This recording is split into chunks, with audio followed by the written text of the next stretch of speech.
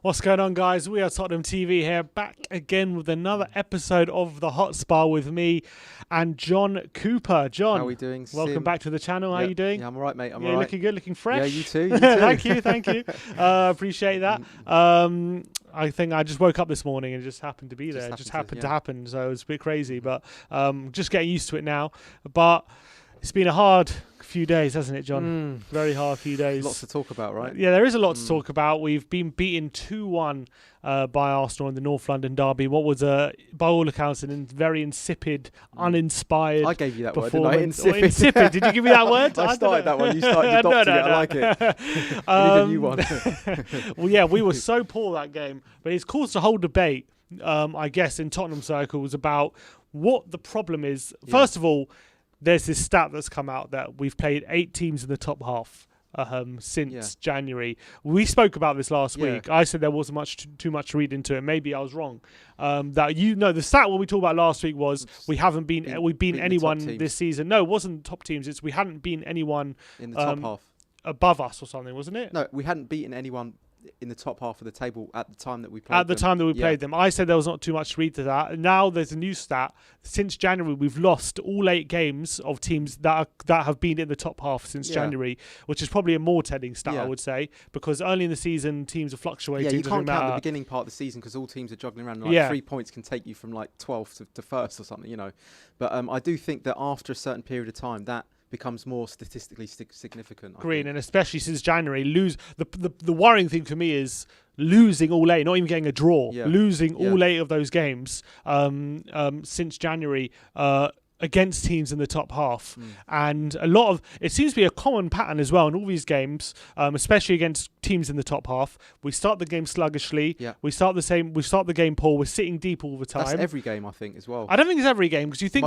you look at Palace, you look at Burnley, watch the Palace game. Or we started off we started really strong, basically. I don't think it is every game, but I would say it's definitely the game against teams in the top half. It's definitely a trend. That the first 15-20 minutes that we tend to just be weathering a storm, and then we soak up the pressure, and then we might start getting control of the ball. But I always feel as though we're sitting off straight from the off. I never really understand that. I don't think it's in every game, but I think it's Sheffield United. We went right at them. I think it's every game. I think when you're looking at trends, I think teams in the top half, you can definitely say that's a trend. Yeah. And what happens is, we seem to sit off in the first half. We start off really sluggishly. We offer the opposition basically all the control, and they end up breaking us down. They end up getting 1 goal or 2 goals, and then second half, all of a sudden, Mourinho gets into them. We start pressing a bit higher. It's a bit too little, too late, and then literally we get maybe a goal or something, and then last 15 minutes we really go for it, and we end up ending off with nothing. Basically, what ends up happening. Why does this keep happening? What do you think? We've seen now in the past few with the players coming out in post-match interviews, and with what Alistair Gold said he was observing in the stadium. Mourinho constantly telling the players to push up, constantly telling the players to press, constantly saying higher, higher. We need to start pressing the opposition more, not giving that much encouragement. I was just doing a video with my brother, and we were talking about Toby Alderweireld, who after the game was saying that the plan before the game was to play attacking football, to press them high, but because of how the opposition played, we weren't able to do it, and they were basically better than us, kind of thing, and they didn't allow us to play football. That's true. That's true, accurate, but still, people, and it could be fair, people accusing Mourinho of his tactics, him sitting deep and allowing him allowing the opposition control, and it's Mourinho's tactics that are not forcing us to sit deep, but they're people saying they're instructing us to sit deep. That's Mourinho's way of playing. That's his tactics. That's how he wants to play. It's caused a bit of debate about what really is going on. Is Mourinho telling them to sit deep, or are the players not able to press better teams? What do you think? Yeah, well, it's his team. This is the thing that I don't understand. People saying Jose's got no responsibility. He's telling the team to press. They're not pressing, so therefore it's not Mourinho's fault. He's still the manager. You know what I mean? Like, it's still his responsibility to get the team to press. And then when he's on the sidelines, like, you don't just say press. Oh, they're not doing it. Oh, it's not my fault. Do you know what I mean? Like, I could just say score. Why are they not scoring? You know, there's a coaching process to pressing. You know what I mean? You've got to work on that on the training ground. How do you know they're not working on the training ground? Because we're seeing they can't do it, can they? When he's given the instructions, they're not applying what he's saying from the touchline. So clearly, there's a miscommunication there, or there's something not landing. But to say that he doesn't have any responsibility... No, that's not the debate. I'm asking, the debate is whether he's instructing the team to sit deep, or whether you think that's not his instructions, but the team aren't carrying out what we want to do. I think the team are intuitively playing in the way that they think is best in that moment. You know what I mean? I think they're just trying to work it out whilst they're on the pitch together. I don't think they're necessarily thinking we should be doing this, or we should be playing a low block. I just think that they're doing what they know they're capable of with the players around them, and given the opposition as well, they just naturally fall into that position. I think, you know, I don't think it's that healthy, but you need to be finding ways to, as Ben said earlier, when you do come up against teams, there has to be some kind of passage of play. There has to be some kind of tactical nous to be able to circumvent that situation. But in that Arsenal game, for instance, we were just completely suffocated for the whole game, and there was almost no way we could bypass their press. And I think that has to be worked on in the training ground. I think he does have to take responsibility for that. And if not, what's going to happen is I think the players are going to just go into more of a cautious frame of mind, and they're probably going to naturally gravitate into a low block because they don't really know, they don't feel safe. You know, then maybe don't feel comfortable with the other players pushing. They don't know, they don't really have faith in the other players. So maybe that's why they're defaulting to that.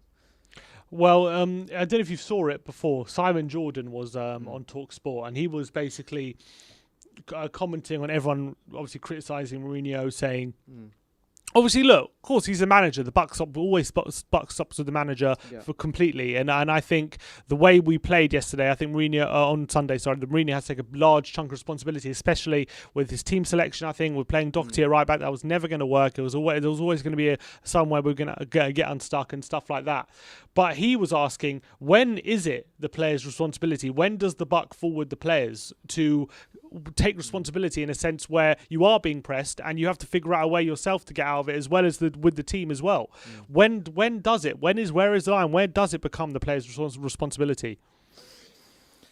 It's a tough one. It is a tough line. I don't know. I mean, it's a difficult one. I mean, if you're seeing a consistent pattern every single game against like the top teams, where there's, you know, you'll see, like you said, it's the same thing against the top teams, then that clearly is something that needs to be worked on. And Mourinho has been in charge long enough, and he has been working with the players on the training ground, so he's got to find a way to deal with that. And if you're still seeing the same gaffes, the same mental errors, the same negativity in those situations, then isn't it the managers to pull them out of that? Isn't it the managers to try something different on the training ground? You know what I mean? Isn't it the managers authority to change things up a little bit to work on that? And then we might be able to see something different. But what have we seen different to deal with those situations? Against the better teams that we haven't. No, it's just been kind of like the same sort of thing, and hoping that we're going to turn it around. Yeah. I think he's tried a few things. For example, dropping Ndombele a bit deeper and a few structural changes to try and. I think it's worked against the lesser teams because I think we have got more control, and I think we've seen recently we've been playing a lot more attacking. But against the top teams who really push high on us and know if they press us for some reason, unless it's Son, we literally don't have a threat in behind because Bale doesn't make that run for some reason. Kane is not making that run. We're not giving them something extra to think about. The games that we were getting away with it was when teams were pressing. Let's say teams were pressing us, but what was happening was Kane was dropping back into almost a central midfield position, right? And when Toby was playing. You mentioned the good word, a purposeful clearance. Yeah. And Kane was picking the ball up, and then he was able to hold the ball up and spray it to the runners on the outside. Exactly when they pressed up. But what happens in the games that we look really just totally dominated? It's when, like the Arsenal game, if you notice, Kane wasn't coming back into that keystone position, or maybe they were following him, and he was very far forward, and that's you normally get in the games where we look really rubbish is when that happens to Kane, when he's just too far forward. And so what happens is there was no outlet in the middle of the park. It was just dealing with wave after wave. I thought in that game they did to us what we did to teams under Poch. I thought agreed, they suffocated us. But this has been this problem, I think. Alistair Gold in his article was talking about this, and he's making comparisons. He was making comparisons to what was happening in the latter days of Poch and what we're seeing now under Jose in terms of the getting frustrated with the players with their lack of intensity when they're pressing the ball. Yeah. And you picked up on this. I remember you spoke about this a few times about how progressively, ever since maybe the last season, Spurs were dropping deeper and deeper and deeper up until we got to a point where, before he got sacked, where every game it seemed we were sitting back and we weren't pressing at all. And it was clearly, everyone knows Pochettino doesn't want to play that way. Everyone knows Pochettino's a pressing manager. Everyone knows Pochettino likes his team to press out of the pitch and play attacking football, but they weren't able to do it. And under Jose now, he seems to be having the same problem. And why is this happening? Why couldn't Pochettino and why can't Mourinho get these players to press the way he wants them to? Do you know it's a difficult one. There's a lot of variables that come into that, but like you could even say that our biggest weapons at times were Walker and Rose, and we forget how damaging Rose was to the opposition. He used to overlap he was so rapid on the flanks that actually used to stop their fullbacks pushing up. Just see what I mean? And that would camp them out in their own half. So that means that we could all move forward. You've also got another aspect, which is I believe that Moussa Dembele played a massive critical role in setting the tempo and also moving us all up as a unit as well. His just shielding of the ball and his ability to control the games, just the tempo of the games was I think that went a bit under the radar as well, to be honest with you. So there's a lot of components within that unit that actually made it for us to be able to camp out in the opposition's half. Plus, you could say Walker's recovery pace. So if a ball went in behind, he was able to get onto it, which meant the players could push up more confidently, knowing that there's someone that with that recovery pace. So there's a lot of factors that the reason why we could, and also the beginning part of the Poch era, I think we had the youngest team in the Premiership. I think the average age was 24. So it's got that young, youthful, vibrant energy, pressing energy. And so as the time went on, the players that we've got now, they're like 27, 28, like your Kanes, your Sons. They don't have that maybe they don't have that same freshness, that same energy anymore. So maybe now we're seeing, I don't know what our average age is now in the team, but probably it's a lot older. It's one of the oldest. It's probably one of the oldest. So we've gone from having one of the youngest teams in the Premiership to one of the oldest. So that is going to have effect on your ability to press as a team. Right, but then how do we solve this? Do we move away from this pressing system, and then but then people will criticise Mourinho for sitting back too much? They'll criticise him for being a low block manager, or does he continue to try and get this team to push up the pitch more, and with varying results, like we're seeing now? Some good results against lower class teams, but when we're coming against real quality against top half, who are also probably younger than us now, probably fresher and probably more intense in their pressing, we're getting unstuck. So how do we? What do you think would be the best way? How would the players we have? What do you think? Lucas is good at it. I mean, Lucas is, I don't know how old Lucas is. He's probably about 28 as well. I mean, he can still press, but I would say that the pressing thing is a high octane, energetic. It's a young player's game, isn't it? It's kind of like a young player's game, yeah. But with the players that we've got, there still has to be some kind of strategy to the way that you press. So you don't just say press. It's not just the strikers that press. I know a lot of people think they think of pressing. They just imagine like the striker, the forwards. No, pressing. everyone you got to push up as a team. It's like you got to imagine like a press in like 3 layers. You got like the forwards, the midfielders, and the defenders, and it has to all know when to kind of move up as an organism, right? So let's say that the forwards might make that first decision, but then instantly the midfielders have to know when to follow it up, and then also the defenders have to follow up and like push up to the back of it, right? So if there's a little bit of uncertainty in one of those 3 layers, then what happens is it's like they don't know when to go, they don't know when to press, they don't know when to sit off, and it all becomes a little bit jumbled, and like there's a lack of cohesion there. So again, that maybe comes down to leadership as well. There has to be some kind of vocal captain, a vocal voice in the centre of the park. Maybe Højbjerg, maybe should take on that role. Maybe he should even be captain and be able to communicate with teams, see what's going on, and get the whole unit and all, like the organism pushing up. Because pressing is actually a strategy. It's not just a case of like just close the ball down. There's an art to it. Yeah. But the thing with pressing, right?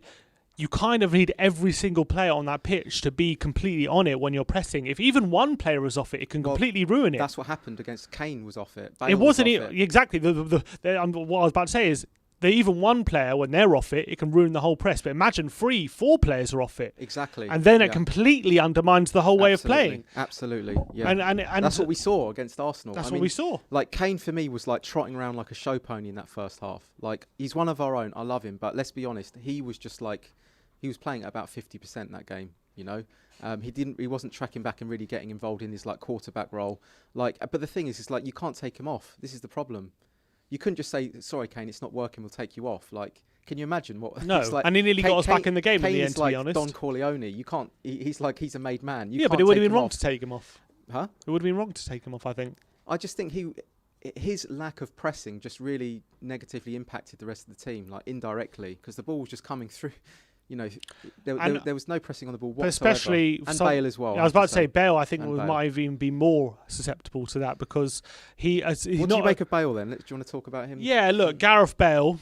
Obviously, we know how much quality he has, and I was so over the moon with how he was playing against Burnley and Palace and the other games before the Arsenal game. Following to that, obviously with the whole romance of him scoring at the Emirates, I really wanted him to play. For me, I said this in the preview, there was a risk versus reward kind of balancing act we had to play when playing Bale against Arsenal, because I knew for a fact that Bale wasn't going to track Tierney all the way back. I knew that. I knew he wasn't. But having Bale on the pitch meant there's a decent chance. First was an outlet. If Tierney does go up, he can sprint into that space that he leaves, and there's a very good chance if Bale's on the pitch, he can come up with a bit of magic for you and then get you a goal or get you an assist or something. So there's a balance, risk to reward balancing there. But that was all based on us playing Aurier, because Aurier can deal with that. Aurier can deal. Exactly. Aurier has the physicality to deal with Tierney one-on-one. He has the physicality to cover some space because he's very good at covering space. He's quite quick and he's quite aggressive. He presses really high. Yeah, he's very good reckless. at pressing. He's a bit clumsy, but you'd have him all day long over Doherty. That's the thing. When you've got Doherty there and you're leaving Doherty high and dry, he's going to get so exposed. He's going to get so exposed, and that's exactly what happened. And everyone could see that. And it was his. Like, I'm going to actually do. I'm actually going to flip the logic here and say what you say normally. Like, and it was individual error by him as well. Like, he was getting exposed, but at the same time, as a defender, you've got to show him inside. Especially for the goal, you mean? Yeah. Like, the one thing you can't do is let him get past you. What you got to do is get goal side of him and like shepherd him back inside. And force him backwards or sideways. You know what I mean? Yeah, exactly. The way he let him spin him like that is like, for me, that's like Sunday League stuff. Exactly. And so for me, he was getting exposed. And for me, Bale, first of all, I think has to take a bit also responsibility for how Doherty was getting exposed, for sure.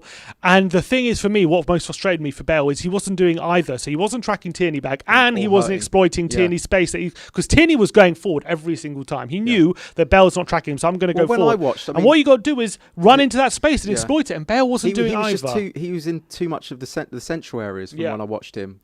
You know what I mean? So it meant that like they were hurting us down that left-hand side every time. And then we weren't able to pick him out because he was too congested in the central areas. And I don't know why he did that. I don't know why he was just thinking maybe intuitively he felt as though we were weak in the central positions, and so he was just gravitating towards there. But I think a lot of that, the kind of our system kind of fell apart because of that. Maybe starting with him coming too far centrally, which meant that they were hurting us down that side, which meant that Doherty was kind of having to straddle lanes a little bit with players, not knowing who to go with. And also, not only did it ruin it for the right hand side, but I don't know if you noticed how many times Højbjerg was over on that right hand side to help with Doherty. He was always in that right back situation. We were like getting stretched into, and all of a sudden Ndombele has Partey and Xhaka to deal with, because Smith Rowe was picking all these positions up on the on the left hand side, and he was completely stretched. Yeah, I actually think that's why Mourinho brought Sissoko on to help out on the right hand side. It was because it was like to plug the gap. But there's a kind of like it's a double-edged sword, isn't it? Because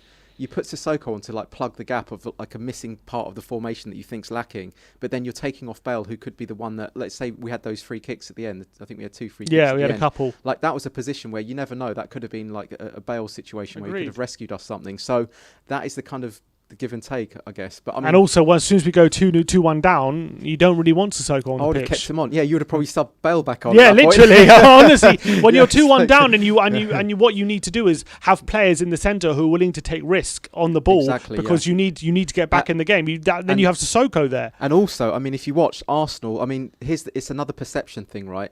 People would say we played really well in that last 10 minutes, and a lot of Spurs fans would say, "Yeah, it's because we threw caution to the wind. We had to go for it." But if you're actually looking at that objectively, you watch Arsenal. They went back into a low block. They stopped pressing, so they kind of gave us permission to have a bit. Nearly more cost them. And it nearly cost them. So in that instance, you would think if you could preempt that, if you kind of were aware of that, that's when a Bale would have actually been really effective. Agreed. Completely not agree. Sissoko. So you've got to understand that a team, especially Arsenal, not the best team, they are probably going to default back to a low block when they're holding on to a lead with like 5-10 minutes to spare. They even did it maybe 15 minutes to spare. Yeah. So that is the moment when you think, maybe I'll keep Bale on. Because what's Sissoko going to do in that instance? Exactly. That was the problem. Because I was looking around, I was thinking, I remember a little sequence of play where it went Doherty, Sanchez, Sissoko. And I was thinking, what are we doing? Wow, what are we doing? There was actually one moment. There was one moment in the game, right? We were 2-1 down. I think it's 10 minutes to go, and they give the one. I think it was Sanchez pass it to Sissoko. He's like in the centre circle, and he has like 2 Arsenal players like either side, and he's got a Spurs player like in between. So he just has to feed the ball through, and he loses it. And I'm like, this is why you don't have Sissoko on when you're 2-1 down. This is why the sub's moot now. And as soon as we conceded, it was moot. That's actually a really good point, because when you have players that are a bit more peripheral players, they're the fringe players, and they're maybe a little bit low in confidence because they're not being played week in, week out. They haven't got the form. When you get situations like that, where you get a couple of the press, you get a couple of strikers pressing you like that, you've got easy pass just to play it through the lines, because you're a little bit worried about messing up, and you don't want to lose your play. You don't want to keep losing your place. You just go, no, I'll go sideways. No, I'll go back to Lloris. And there were so many instances in that game where we could have just dropped the shoulder, which Ndombele would have done, which another one I dislike. And we kept going back to Lloris, and then he kept pinging it forward, and it was just like Route 1 football, you know what I mean? And we were just like feeding off scraps that whole game. So, I mean, even do you want to talk about Ndombele? I mean, it was a bit. He was anonymous as well, wasn't he? And Ndombele, he frustrated me actually a lot. He frustrated me, but also, it was his fault though, a lot of that, or do you think? I do actually, because there were a lot of times where someone like a fully confident Ndombele, where when he gets the ball like on the half turn almost, and when he has people pressing him, he would look to thread passes in between the lines. He would look to take people on. There was one moment in the whole game where he dribbled past 3 or 4 players and won a free kick. That was the only time he dribbled. Like every single time he was playing it safe. He wasn't playing those balls in between the lines, which he loves to do, which is what his forte is. And there was one moment I remember very, very specifically in the second half where the ball was played to him in oceans of space in the attacking third, and he had loads of space to run into, but he played the ball first time out wide and gave the ball away like out of nothing, and that really frustrated me. But at the same time, there was no movement though. First of all, that, and secondly, as soon as they go 2-1 down, as soon as Spurs go 2-1 down, Ndombele is exactly the player we need at that point, because he's the one who's going to try and break the lines. He's the one who, when the team is sitting deep, he's the one who's going to pick the lock for us. And when Ndombele's there and you got Sissoko there instead, you got no chance. You got absolutely no chance. And that really frustrated me. But he let me down. He did let me down in that game. And I was really disappointed, because I thought he was going to be really pumped for his first North London derby, and if he was going to be on it, but he wasn't. You'll find that in the next game, when he's got a little bit more space on the ball, you'll notice like the Ndombele come back. I can guarantee you that. I don't think it's just the fact that he was off the ball. I think you have to give a lot of credit to Arsenal the way they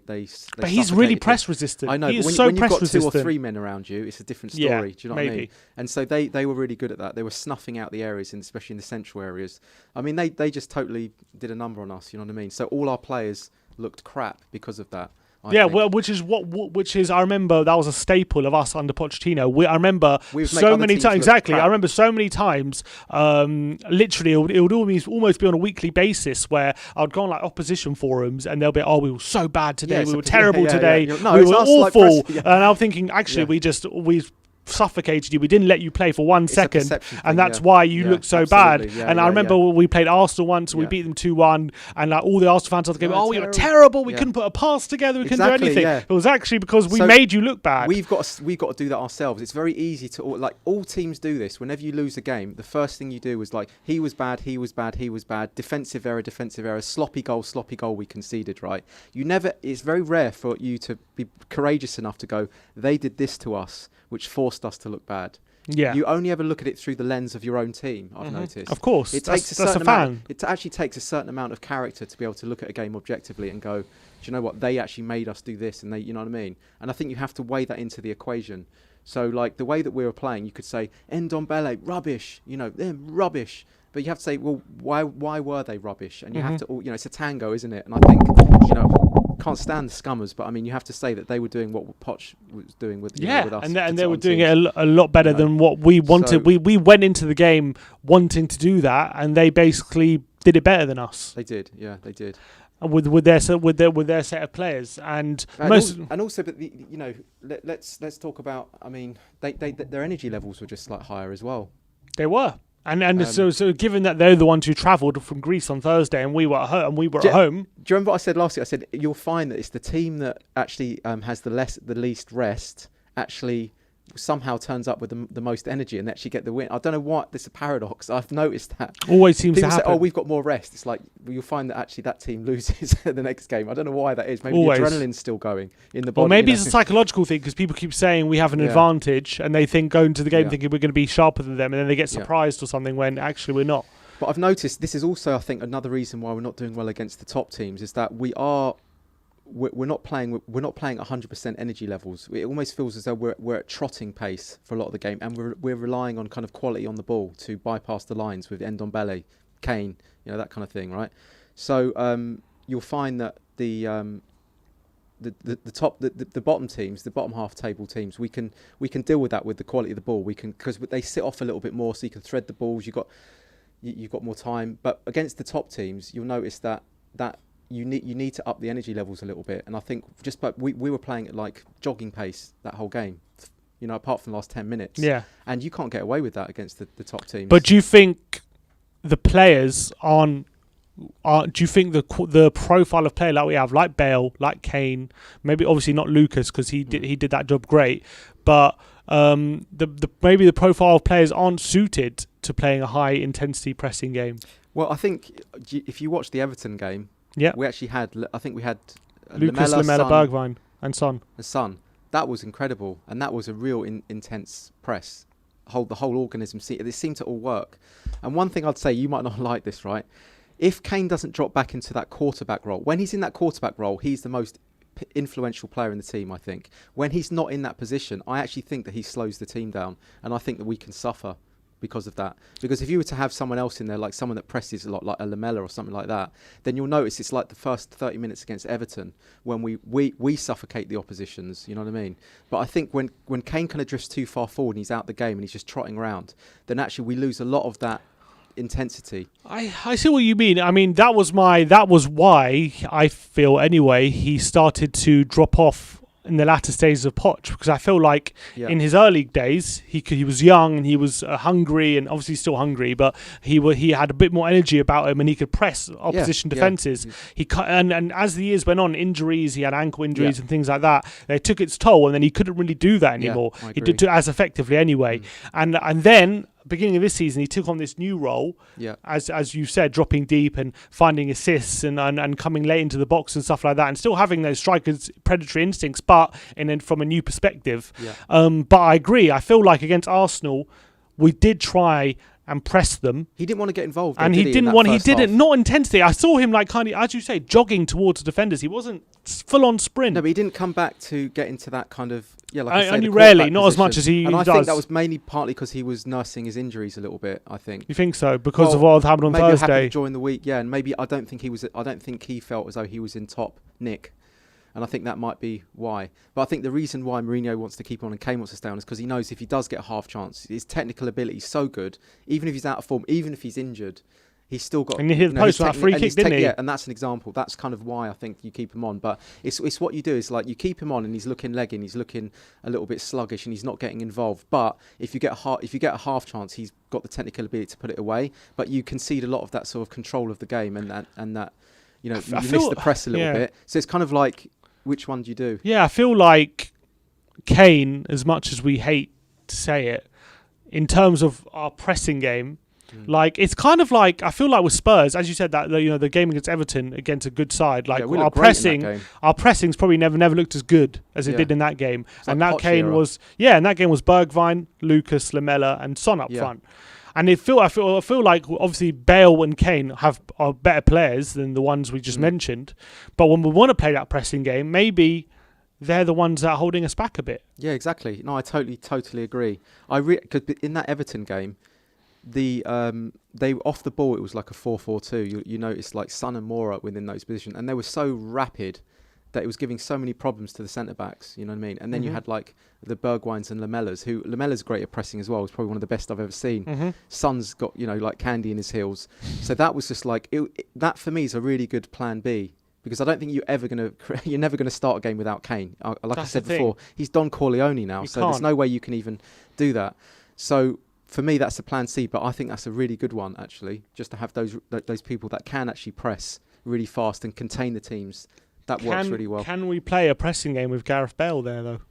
With Bale and Kane in the same side? I don't think Bale doesn't have the same energy that he used to, so he's not snapping into the heels like he could have done a few years ago. So I think we lose a little bit of pressing even with Bale. I know you were saying he's quick and stuff, he's still got ambient levels of pace, but I don't think he's got that acceleration to be able to like really close the ball down. He has to use it at certain moments, doesn't he? He has to manage it. He has to manage his own pace. If he does full on sprints from the first minute, he'll be done after half an hour. That's the whole thing. So he needs to manage his pace. So he's only really using it in attacking situations when we need him to use it, basically. And I feel like it is a problem. It's a problem it's an awkward problem that we don't want to. That maybe a lot of fans don't want to address. But I feel like with Gareth Bale, as much as I love him and as much as I think he has a big part to play for us, and I think he's quality. When we do want to be pressing as a team, he kind of can be exposed, and that's exactly what Arsenal did. Every time they exposed it, I left that left-hand side, and it doubled it because we had Doherty there. But even without Doherty, it still meant Tierney was going to be free every time. It just meant he would have had a tougher time beating Aurier than Doherty. Kane and Bale and Doherty. I think there was all of them on the same side. If you notice, then the rest of the team were having to sort of like try and plug the gaps, straddle lanes. I call it. You know what I mean? Because they weren't confident with the other players' positioning.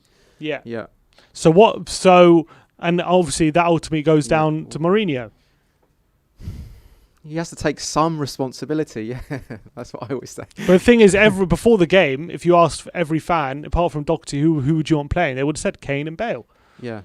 Well, but you'd also say Aurier, wouldn't you? And Aurier, I'm saying not Doherty. Apart from Doherty, because no one wants to play to Doherty. What I don't understand, just on a quick tangent here, like at the beginning of the season, we all knew Dyer was rubbish. Well, I did anyway. I mean, I know a lot of people thought he was our top. At that point, there's a lot of people that said he was our best centre-back, right? I've said it since I've come on the channel. He's not good enough. I've said it for the last 5 years. So it's taken him too long to realise he's not good enough, I think, Mourinho. I think he had this like Portuguese connection and he kind of had it in his mind that he was a better defender than he was. But I think most of the Spurs base knew that Dyer wasn't good enough. Also, most of the Spurs base knew, sorry to say this, but most of the Spurs base knew that Winks wasn't good enough either. And he should have been a peripheral player. But he brought him in. He's a peripheral player. No, but at the time he was like playing him in the first team. This season, Winks has been a peripheral player. No, but he started him off. And last season he played quite well. But we all knew that. Like I even said, you said it's only a matter of time. He's going to have to learn the hard way with Winks. I said that, and that's happened. You know. But he has been a peripheral player this season. It's taken him too long to get Winks off out of the starting lineup and get him firmly on that bench. You know. No, and I now disagree with that. most of the Spurs bench know that Aurier is better than Doherty. I'd say 95%. So what does Mourinho know that we don't about Doherty? He also, again, with Doherty, he barely plays him. He played him recently. No, but he's playing him now, though. He played him now, yeah. Yeah, I mean... Because he had a good game against Palace. Why? Because he played well against Fulham and he played well against Palace, basically, so he thought it would give him a chance. I completely agree with you that he shouldn't have played. But what I was going to say on Dyer is that you say he's taken him too long to realise he's a bad defender, but when Mourinho came in, he was basically a player struggling for confidence. He was playing in midfield. He was a midfielder. He hadn't played centre-back pretty much since his first season at the club. He was dropped by Poch. Yeah, as a midfielder though, not as a centre-back. Yeah, as a holding midfielder. Right, because he was a centre-back in his first year and then moved into midfield. And he basically, when Mourinho came in, he was still he was midfielder. Then it came to a point where he said, look, I want to be a centre-back. So then he gave him a chance. He gave him a run as centre-back. He played a few games. He was okay. He was decent. But then he got away with it. But what happened was... Gets a 10 out of 10. No, yeah, he got a 10 out of 10 against City. He was class against City. But what happened was he got that ban, didn't he, for 5 games? Because of the Norwich game, because he went to the stands, right? So then that whole chunk he didn't play, and then that took us into this season. So for what he was basing it on for this season, you could say, okay, he's going to give Dyer a chance this season, and then Dyer had a decent start to the season, and then ever since I would say December time, he's really fallen off a cliff in terms of his form. So. And now he's out the team. So I think it's unfair for you to say Mourinho's waited too long to decide if he's good enough or not. Dyer's a dope. He's a dope. You know, I mean, the way he ran into the crowd, you know, not thinking about it, and like took on that guy in the stands. That was stupid. Yeah. You know, the way that he runs off to have a shit during the Chelsea game. He did a shit. Yeah, but it's just like we won. It just happens to be Dyer, though. It would have to be Dyer, wouldn't it? Like even in the documentary, he like nearly breaks Son's ankles in training, and like Son's going mad about it. You know, and all the errors that he's made this season, just all the times he plays the opposition onside, like he's a dope. I agree. He's a dope. I'm not disagreeing with any of that. He's a complete dope. I'm not disagreeing with any of that. He can look good because he's like that industrial style defender, and he looks kind of strong at times. But I mean, my God, that guy is just like, he's not intelligent, is he? No, but I disagree with how Mourinho, what your criticism, how Mourinho was managing that situation, of what he has at his disposal. Because I think at the beginning of the season, I thought he was right to keep Dyer on at the end of last season because we weren't 100% sure if he was going to be good at centre-back or not because he had a few good games and then got banned and we didn't really know. Yeah. And then the beginning of the season, he did play quite well. You know, that game against City we were talking about, him and Toby had a decent partnership near the start. And then in December, he went through that run where he was just making mistake after mistake, and now he's dropped him. So what would you want him to do? Do you want to drop him from the beginning of the season? Like, I would have done, yeah. I would have dropped him. But he played well. It doesn't matter if you play well. I know that he's got gaffes in him, and I know he's. But he has to prove it on the pitch that he has gaffes. You can't just. I could see it coming, mate. You can't just write him off. There's a lot of Spurs fans. We knew that this. It's not a surprise to us that Dyer's now being exposed. We've been saying it for years. But that's from midfield. It wasn't from centre back. Doesn't matter. It doesn't matter. He's not good enough on the ball. Why doesn't it matter? Because you can see that he doesn't have that footballing IQ. You can see that he makes gaffes season after season. That's the first yards in your head. You can see that he doesn't have that. You can see that his decision making's not right. You can see that when all the teams, when the centre backs push up for the offside, he's like slowest to react always. You know, and that's what you get with Dyer. I mean, we all know that, don't we? And yes, he can put in some good performances, but you can't polish a turd with Dyer, and you can't roll it in glitter either. But is it? But you said, but I agree with that. But I don't agree that Mourinho. I don't believe that Mourinho deserves to be criticised for giving Dyer a chance. I guess whilst he's there and you're playing him and he's playing well, then you would say, I guess you have to keep playing him. I guess in that. Yeah, and that's what I think he's done, and I think he has dropped him now. That he's made all the mistakes, and now he's changed it. The bigger picture is we've been watching him for the last 5 years, and we know. Yeah, but Mourinho's only been here for 18 months. Yeah, exactly. So we know something that he does. Yeah, maybe. That's the thing. Maybe he wanted to be United, didn't he? Yeah, we know more than Aurier than Mourinho does. Then if we watched him for longer, probably. So. Yeah. That's what I think, and I agree with that by Dyer. We'll take over. We'll take over. over. I agree, but I do agree. Dyer, I think he's frustrating, and I think that he's right to be dropped. And it's so frustrating watching Dyer at the moment. And I think Sanchez. Let's talk about problem. Sanchez.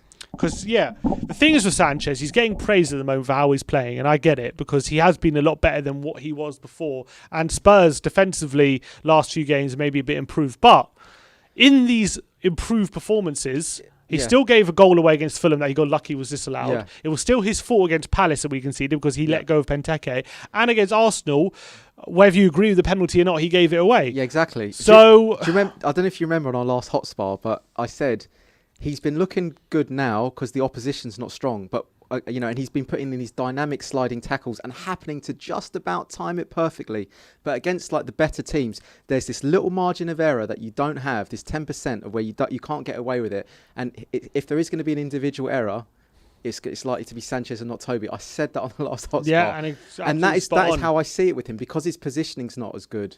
If he goes in for those dynamic sliding last ditch tackles, if he doesn't get those perfectly, then it's a penalty. Or you're giving you're giving away. You could consider give away a red card. Do you think it was a penalty? I guess in the letter of the law it must be, but to me it just seems a bit weird that like he slices the ball, Lacazette whiffs the ball, it was going out, and then he goes into him. And I want to know like what's the ruling on that? Like I can tell you the ruling on that. Where's the line? Is it when the ball's out of play and then a player goes into him? Is that still a foul? Or if the ball's out of play, I think if the ball's out of play, I think the ball's dead, so it's fine. But because the ball was still in play and then Sanchez makes contact with Lacazette, but some people are saying Lacazette makes contact with Sanchez and they're not the other way. Is it still in play? But does he still have to be in control of the ball? No, that doesn't matter. So he could being in control of the ball doesn't matter. So he could have kicked that like 20 yards, or like going towards the corner flag, and if Sanchez goes into him, it's a penalty, right? Even if he totally slices it, like yeah. I mean, it's a weird one, isn't it? And also when it goes to VAR, when it comes to VAR, apparently what the rule is the VAR can't get involved if I was going to ask you about that. Yeah, the VAR can't get involved if Michael Oliver, the referee, what he says to the VAR is basically consistent with what happened. The VAR can't get involved. So explain that. What do you mean by consistent? So Mike Oliver's basically saying he's getting the communication. No. What happens after an incident is Michael Oliver tells VAR what he saw, and then VAR makes a decision with whether what Michael Oliver is saying is consistent with what happened. Basically, because what if he says, "I'm not sure about this one. Can we look at it?" Then you look at it, but that's different. So he didn't say. He didn't say that. No. Why wouldn't you say that? He said Sanchez made a rash challenge and made contact with Lacazette, and it's a penalty. Because you also saw him do this, and he was sort of like communicating. Yeah, because he was talking. That's what happened. And then he gets the yellow card out. So how can he get the yellow card out if he wasn't sure and he delayed it, and then because he's making sure what he is saying is consistent with what VAR is saying happened. Well, basically, why couldn't they check it? I mean, how long would that have taken? Because VAR can't suggest to check it if Michael Oliver, Michael Oliver saw. No, it's not. No, it's nothing to do with that. If what Michael Oliver saw, basically, if Michael Oliver says, "I saw Sanchez handle the ball," he got a handball, and then VAR sees the screen and says, "Well, he doesn't handle the ball, so that's not consistent with what actually happened. I suggest you go take a look." But if what Michael Oliver says is, "I saw Sanchez make a challenge and make contact with Lacazette, and I think it was a foul," VAR looks at the screen, and even though the VAR might think it's not a foul, because Michael Oliver has adjudged the foul to be a foul and there's contact, they have to stick with the on-field decision. Yes, it's... That's because VAR as Dermot Gallagher basically said, it's a glitch in the system, basically, because what it is the VAR is not there to referee what the referee has made a decision on. It's there to make to overturn a clear and obvious error if the referee has seen something that didn't happen. Mike Oliver didn't see something that didn't happen. He saw something and got it wrong. That's different. That's well explained. I've actually got a solution for this. Go on. You know, in tennis, the players, they get like reviews. I think they get 3 reviews a set, right? And if they review a line call and they get it right, they maintain their review. Yeah. Right? If they try and review it and it was in, then they lose that review.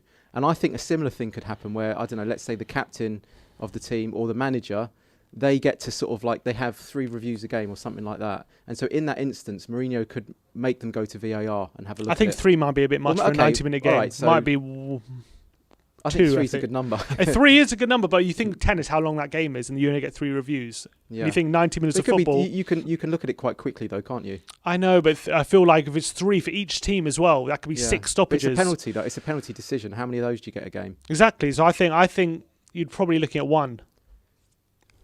But if you get it right, then you get then you keep it. Yeah, I agree. And it has to be in the penalty area, let's say. Oh, the review has to be in a penalty area. Then otherwise you could have free kicks like delaying the game all over the pitch. Well, no, because VAR only does red cards and penalties. Right, so red cards and penalties. Then you could have one. Yeah, you could have 1 maybe. Yeah, 1. And if you keep it, so that you could have had like a Mourinho or a Kane saying, "We want to look at that. We want a review of that one." Mm-hmm. And then that might be a way you can circumvent that rule. That might be a nice way to do it. Yeah, I think so. I think a review system where, even though, because Michael Oliver, if VAR in that instance told Michael Oliver to look at the screen, he might have overturned the decision. But because VAR couldn't tell Michael Oliver to look at the screen because of the whole situation on the rules, then he had no chance to overturn it, basically. So I think with a review system where you go, Michael Oliver, I think, has got this one wrong, even though he's seen what he's seen, that could be the perfect way to solve that. Yeah. I know what you mean. I think that's a good solution. Up with some good official. Last week we came up with one. We came up with one last week as well. I like that. I like that as well. The review system. Well, it's just good. I think the fans do have to play a part in influencing the football zeitgeist. You know, if we have little ways we can tweak things, then maybe that will trickle down into the fan opinion, and maybe that will become a rule or something. You know, later down the line. But yeah, I mean, because it was just a bit of a funny one, wasn't it? I mean, I actually think that the end on Bale one was more of a penalty. Which one? In Zagreb. Against Zagreb, that was a penalty. That was a definite penalty. Yeah, but it's more of a penalty than the Lacazette one. Yeah, it was. That was a stonewall penalty for me, and they didn't even look at that one either. Yeah. I wonder why they didn't look at that one. Yeah, I mean, that's what I mean. Why? Yeah, I guess it's the same thing you said about the ref probably says this is maybe that's what he said. Yeah, maybe he said it wasn't enough contact. That, it just kind of looked like Ndombele lost control of the ball and then they went into each other. But when you actually slow it back, then you see so many more. You see so many more things. You see the obstruction and you see the foot as well.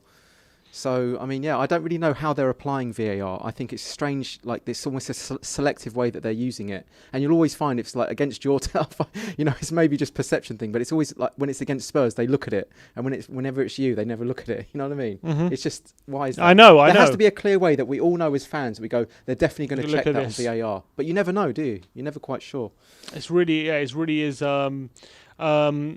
I agree. I agree with that, and I think it's because I think it's so subjective. I think the whole thing with VAR is people think that it's going to solve all mistakes happening on the pitch, but that's not what the VAR is there for. It's just there to basically let for anything the referee's missed. Basically, that's what it's there for. It's not there to re-referee if a referee's made a decision on something he's seen. That's not there. It's not there to overturn his decision. It's there for if the referee's missed something or he hasn't seen something correctly. That's what it's there for. Yeah. And that can be there's still room for very frustrating, I guess, isn't there? Jayesh Adwani on Twitter says, should Tottenham be focusing on Europa League rather than top 4 now?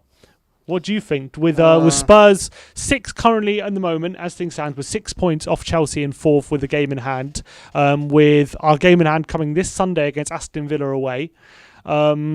If it gets to the quarterfinals at this stage, do you want to see Spurs put more eggs in the Europa League basket and start Kane and Son and maybe rest them in the Premier League, or would you say still wouldn't go that far just yet? I still think you've got to compete on both fronts, to be honest with you. But we can rotate a little bit more as well, though. I still think we can be. We've got a weapon when we have like Lamela starting. Let's say he can be quite a weapon. I think. Mm-hmm. You know, Moore is looking great now, isn't he? Mm-hmm. I think he's showing a lot. I mean, we didn't talk about him, but like against Arsenal, I thought brilliant. He was brilliant. He won about 7 fouls by dribbling between the lines. He was just a little menace in the team, and I think he was the only one that was really looking like he could hurt them. So we do have. There are ways there are permutations of the way that you create the forward line. It doesn't just have to be Kane, Bale, Son. I think if you just use that and kind of like overuse that, it can go a little bit stale and jaded, I think, and that's kind of what we may be seeing a little bit. Do you think maybe the whole Kane, Bale, Son thing Maybe we can't play. Maybe against maybe. better teams we can't play them all together. Yeah. Maybe it's just something we have to get used to. On paper, that looks great, but I think you've got to also think about the energy levels. You've got to think about how much they've been played that season. If they're looking burnt out, which is a little bit of a factor, I think, for Sonny in the last few weeks. Well, actually, I don't know if you heard about Son, the injury news. What's the latest on him? So Alistair Gold gave an update this morning saying the injury news is very positive on Son. Okay. And despite he felt muscular injury, he's definitely going to be back for Newcastle after the international break. I still wouldn't play him though for a few games. And he might even be fit for Sunday on Villa. Yeah, but I still wouldn't play him. I still think that guy needed a break, because I could see that coming. He needs like a 3-week break. I called this a few weeks ago. I don't know if you remember, but there was a game and I said for the first time, Son actually had a really poor game. And do you remember you went, "You can't analyse a game, John." I went, "No, I do, but I'm trying to remember what game you're talking about. Yeah, but it was kind of what I was looking at in that game was it wasn't the. It was the game where we kept saying, Sonny creatively amazing. Yeah, I can't remember what game that was. Who were playing? But the point I was trying to make in that, find out. The point I was trying to make in that game was, yes, he was effective and yes, he got the assist, but I could see a change in his work rate. I could see a change in his sharpness, like the way that he was bringing the ball out of his feet, the way he was getting onto balls. I think it might have been Burnley. He got 2 assists in that game. That's when I started to see his performances dipping a little bit. I could see that he was starting to look a little bit jaded, and then it happened the next game. But then he'd get an assist, and it's a perception thing. If he gets an assist and suddenly no one judges him. But he got 2 assists against Burnley, and he was great. But those perception things where a player can play badly, he gets 2 assists, and it masks the performance because on paper he got 2 assists, right? And so over the last few weeks, he has been quite effective in getting maybe assists or being part of the setup to the goal. But I've seen his energy levels drop to the point where he's looking a little bit knackered. And I think I was even saying a couple of weeks ago, I said he looks like he's about to have an injury. Because, when you overwork these players, I notice when a player's about to get injured because they go a little bit leggy for about 2 or 3 games. And it's at that point where they're the elastic bands stretch and it's almost ready to snap. And I can see that the elastic band's stretched with Kane at the moment and Son. And maybe even Højbjerg is going that way a little bit as well. I don't want to say this. I really hope this doesn't happen. But don't be surprised if Højbjerg has an injury in the next game. Because I can see he's going into that pre-stage of before an injury. So I hope that Mourinho sees that and does try. But Højbjerg was rested on Thursday. Is a week break not enough? Do you need to give him more? But you can you not see in the last I agree. Games, his performances have dropped a little bit. I would say from the middle part of the season, the beginning part of the season. There's no debate about that. You can clearly see that. It's not because he's become a bad footballer. It's because I think that he's feeling the strain of the season, and I don't think a week's going to maybe be enough. Do you think there was someone in the comments? I don't know where it is. They said someone said play Doherty at number 9 against Villa. I like that. So where number 9 against Villa? Maybe he can do some better pressing. Who I can't remember who said the comment, but basically saying no one's talking about the fact that Tottenham had a very, very early start to the season in terms of Europa League matches, and they had to play a lot of games early in the season, and maybe it's catching up to them. Is there any argument for that, or do you think that's just an excuse? I think it's a little bit of an excuse because we were almost playing a B team for those games. We weren't. We were playing strong. Kane and Son were playing every game in the early stages. And they're talking about the qualifying rounds. The qualifying rounds. Yeah, Kane and Son were playing every game. And Højbjerg, actually. Yeah, it could be like a residual thing where you don't really notice it at the time, but then you feel the effects of it later down the line, if you know what I mean. Because there was times where you go, we've got this easily, for the first half of the season, you say, we're rotating perfectly, the players look fresh, we've got players to come in. But I think it's not just a 6 months, like a 3-month season, is it? You have to consider these factors when you're going into the latter part of the season, that the players are then going to start to feel the burn a little bit more. So then you could have said, well, maybe it wasn't. What do you think? Do you think it maybe could have rotated a bit more than at the start? Gone for a Vinicius to start? I think it's a small factor. I think we did, because we did play Kane and Son a lot in those early games, and they were playing Premier League, they were playing Europa League in those games, and it may be. And Højbjerg as well was playing every single game as well.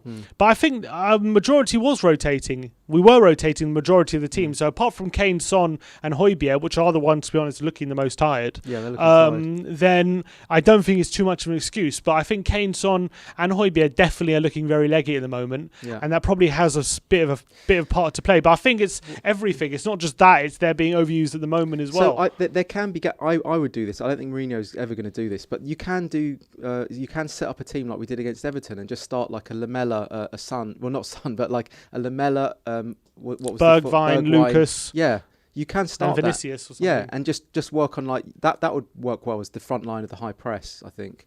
So there are ways that you can manage it against the lesser teams. I think you can do that, and then potentially, if you needed to bring a Kane on to change things up, you could bring him on second half. But I think he should really consider the freshness of the players. You know.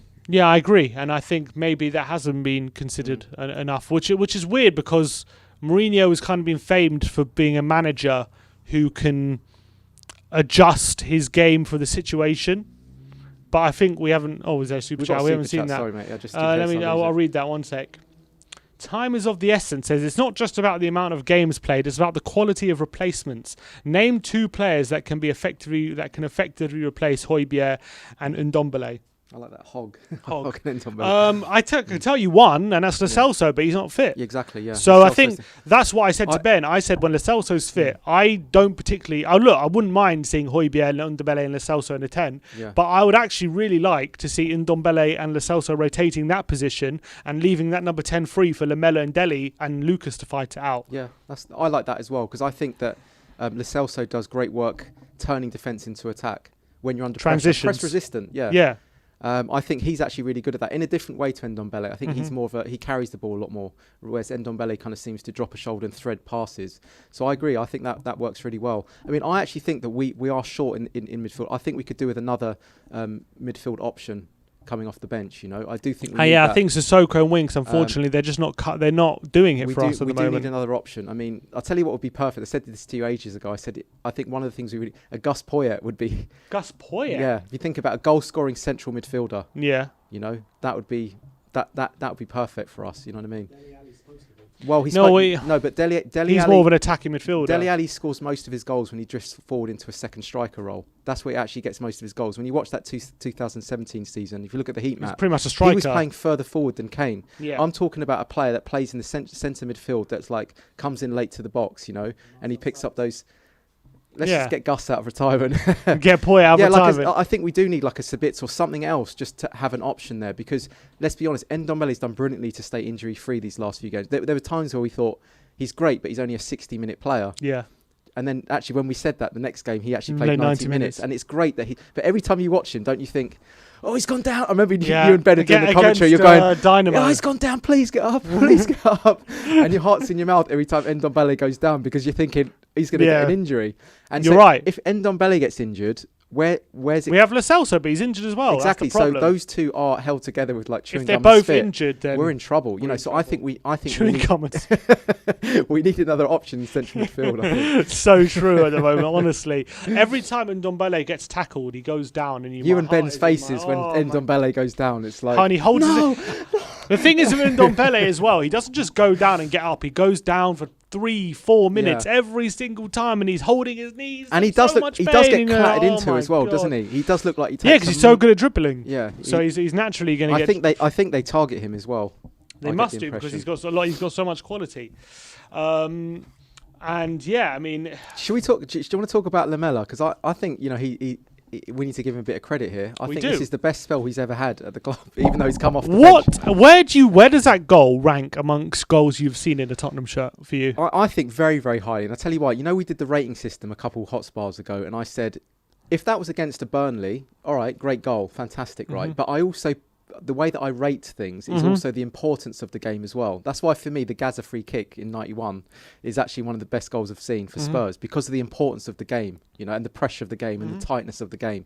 So for me that Lamela goal was something special. That was really special. Would you say a Puskás award? I think that is a Puskás award contender. I really do. Yeah. That is a special goal. To do that in the North London derby as well, nutmegging a player into the far corner, beautiful strike. I don't think it was a nut. I don't think you say he nutmegged the player. Defenders do that when they're defending. They open their legs they and try and their block legs it. To cover. Yeah, so I don't really put it. I don't think he deliberately meant the nutmeg. Yeah, it still happened. But on paper, on paper, there's a nutmeg. There's a nutmeg. The stats say there's a nutmeg. Exactly. An individual error from Partey. So apparently AFTV was saying that was an individual error by Partey. There's what I was trying to say a couple of weeks ago where I said it's a perception thing. Not once is something that have I called any of something that like that against us an individual error though. But you'll find though that normally all the goals that you concede, you can scapegoat an individual player for that error. You'll find that it's possible to do that on nearly every goal you concede. Yeah, but that's not what I'm doing when I say there's an individual error. Okay, because I thought you were saying at one point like the defence is fine, it's just the individual errors. And I was trying to say it's a structural issue. But anyway, let's not go down that. Yeah, I'm not going down that road again. You can go back and watch our old because HOTSPAR. because even if you look, But what I'm trying to say is it's again, earlier this show, it's solipsism. If your team concede a goal, you'll always find the manager will say at the end, they'll go, we conceded a soft goal. Every team your team concedes, you'll find that the manager and your fans will go, it's 2 sloppy goals. It was just 2 soft goals. We would have beaten them if it wasn't those 2 soft goals. Every goal you concede is soft. Depends. I don't agree with that. You watch Match of the Day. You watch all the games coming up this weekend or this week, right? You watched in the post-match interview with the managers. They will all say the team that lost. The manager will say we gave a soft goal away. We gave 2 soft goals away. We gave 3 soft goals away, and the opposition will never say they gave 3 soft goals away. They gave, they will say we did this. We played really well. It's totally. Solipsistic in you only ever see it from your own. Of course, I agree with that, and that's the nature of football. That's the nature. So it takes a little bit of character to observe it objectively and go, actually, it was soft. Yeah. But that Lamela goal is something special. Even the way that he just got the curl on it as well. It was precision, and he meant that. There's no doubt about it. It wasn't just like a.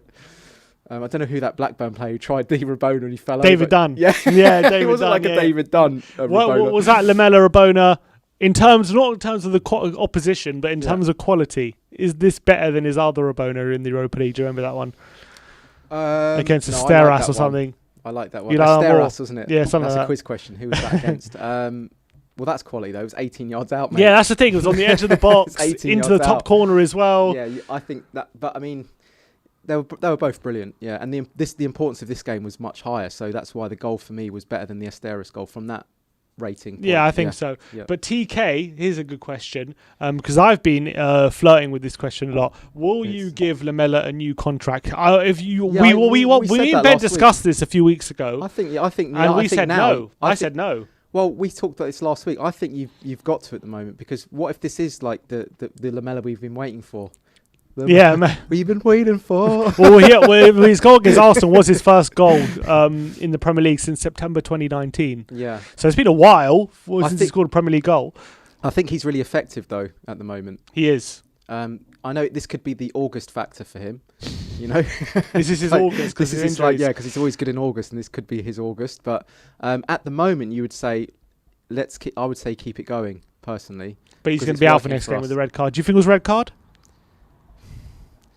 With the hand in his face. Well, it's a yellow card, isn't it? He gave a second yellow, yeah. Yeah, I think it's potentially a yellow card. But I mean, I made the point about the Martial.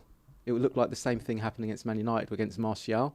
But someone corrected me. That was actually given as a yellow card, I think. No, it was given red. Martial was sent off. No, Lamela did it first. Remember? Yeah, that was given a yellow. Yeah. So I thought, well, how come he got away with it then? Because this was a second yellow. Then if it's the yellow, then you would say maybe. But the first one, I think, the first challenge he made. I can't remember the first one. Yeah, he won the ball and he got given a yellow card. I thought it was a really poor decision from the ref. But the second one, for me, I think he was just Lamela being stupid. Can we stupid. Ben, can we do a stat search? How many red cards has Lamela had? That was his first one. Because I was going to say that we have. And he's had one for Roma. We have this image of him being just. Yeah, because he gets booked every game. Yeah, but he doesn't get many red cards though. Yeah, but he gets booked, and he's a shithouse. Does that matter though? No. What do you mean? In terms of what? Do we care if he gets a yellow card? No. Yeah. Don't care if he gets a yellow card. Yeah, yeah. It's good for the ones that know. Yeah. But I actually think that Lamela's effective for us at the moment. So I think I would keep it going because you never know. He could. This could be the peak of his career. And in terms of Steven Bergwijn, he actually hasn't been in the squad in the Premier League for, I think, a couple squads now. And this Jesse Johan says on Twitter, says, do you think we should have let Bergwijn, who's more capable defensively, start on the right-hand side instead of Bale? Or would Jose have gotten slack for not playing in-form Bale and parking the bus? I think Jose underestimated their left flank and trusted our form too much. I kind of agree with that, actually. But he would have got slaughtered if he dropped Bale. Yeah, he would have done, yeah. Well, you would have slaughtered him. No, I wouldn't have slaughtered him because I actually I like it. I would have even liked it if Kane didn't start. That's the thing, because I can see how we actually do. We can cope without him, and we have got weapons, you know. But yeah, I guess he played him, and we saw what do you think of Bergwijn? Do you think he has a future here, or do you think the fact that he's been left out the past few squads is telling? I can see potential in him, but he does have to show something. Otherwise, the fingers like quivering over the trigger. Yeah. At the moment, so he does have to show something. Yeah. But he is I think he's our youngest attacker, isn't he, in terms of age and in terms of like pace and stuff. And in terms of like if we do want to press, he could be really effective in that kind of system. Yeah, I mean, give him 7 years. We've given Lamela 7 years. I like that. Yeah, we've given Lamela 7 years. Yeah. I mean, I would even like him to replace like Aurier, you know, and be on the right wing back. I think he could do a good job there. We got Jack Burford. How you doing, Burford. Jack? You can't nerf the Burf. You can't. Well, here's a question. Where is it? On Twitter. More questions on Twitter. The whole thing about buying winning players to establish a winning mentality is overrated. Same can be said about Jose. Do you think the whole winning mentality is a bit of a misnomer? Like, do you think like what, from Mourinho or just in general? In general, when people say you need a winning mentality, this guy's going to bring us a winning mentality. Yeah, I think that's a misnomer. This player has a winning mentality. Yeah. What do you think of that concept? I think that's a little bit of a misnomer. I think, you know, with when we signed Mourinho, everyone's saying, yeah, but he's a serial winner. It's like, yeah, but you don't. That reputation ends at your last position and starts fresh at your new club. And you have to prove it in your new club. You can't just say because you've won trophies, you're going to win trophies at your next club. It doesn't work. But does it not breed a mentality when you have won previous jobs that you believe? So you have that belief in your own methods that when you go into a new job, people buy into that. I think there might be a little bit of a factor where people are in awe of the Mourinho factor, let's say, and the people are like, wow, we're getting Mourinho, he's a serial winner. So then they start to totally trust in everything that he says to them and believe in the philosophy, believe in the message. But then after a certain amount of time, there is going to be a moment where the doubt starts to set in and they start to go, maybe Mourinho isn't the right fit for us. Maybe this isn't working. Is he really a serial winner? Is he really going to do it with our crop of players? Can he really impart that winning attitude with the players that we've got around us? So maybe that kind of reputation of winning it has a bit of a shelf life. Maybe, I don't know. Do you think it has a shelf life? Well, do you think there's it didn't have a Fergie or for you know he didn't have a shelf life for that winning mentality? What, for the first 3 years? You mean? No, I'm saying for his whole career. He never went away, did it? He won a league title in his last season for like 20 years. He was winning. At that club, he kept it going. What I'm saying is if you go to a new club and they haven't won anything yet, right? Like, there's a shelf life between that residual winning reputation with the new club. So if he goes another year and another year without winning, how much of that winning mentality, reputation are people going to still use? So, but do you think once it's gone, it's gone? For him or for the club? For the club. Well, we've never had that winning mentality. No, we haven't. Yeah. What are you talking about? No, but but I'm saying, okay, maybe for him, maybe I'm talking about for him. Like, do you think once the players stop believing, if the players stop believing, that's it. They can't get back on side. Well, I think if we can get over the line, then let's say against Man City, then it will kind of bring the winning mentality back, won't it? We just have to get over the line in one of these. You think one of these games? Yeah, it's a little bit of chicken and egg as well. Like, we do have to get over the line. I mean, if we can kind of get away, if we can pull a rabbit out of the hat against Man City, then of course it breathes new life into the squad, doesn't it? Into the team's belief, and that will breed a little bit of a winning mentality, wouldn't it? Yeah, it's a difficult one because if Mourinho, if he can't breed a winning mentality in the team, who can? Yeah, I just don't know. Do you like? I didn't think he would anyway. I did say that when we had our prediction like a year ago in May. But I think that there's a bigger issue at hand here.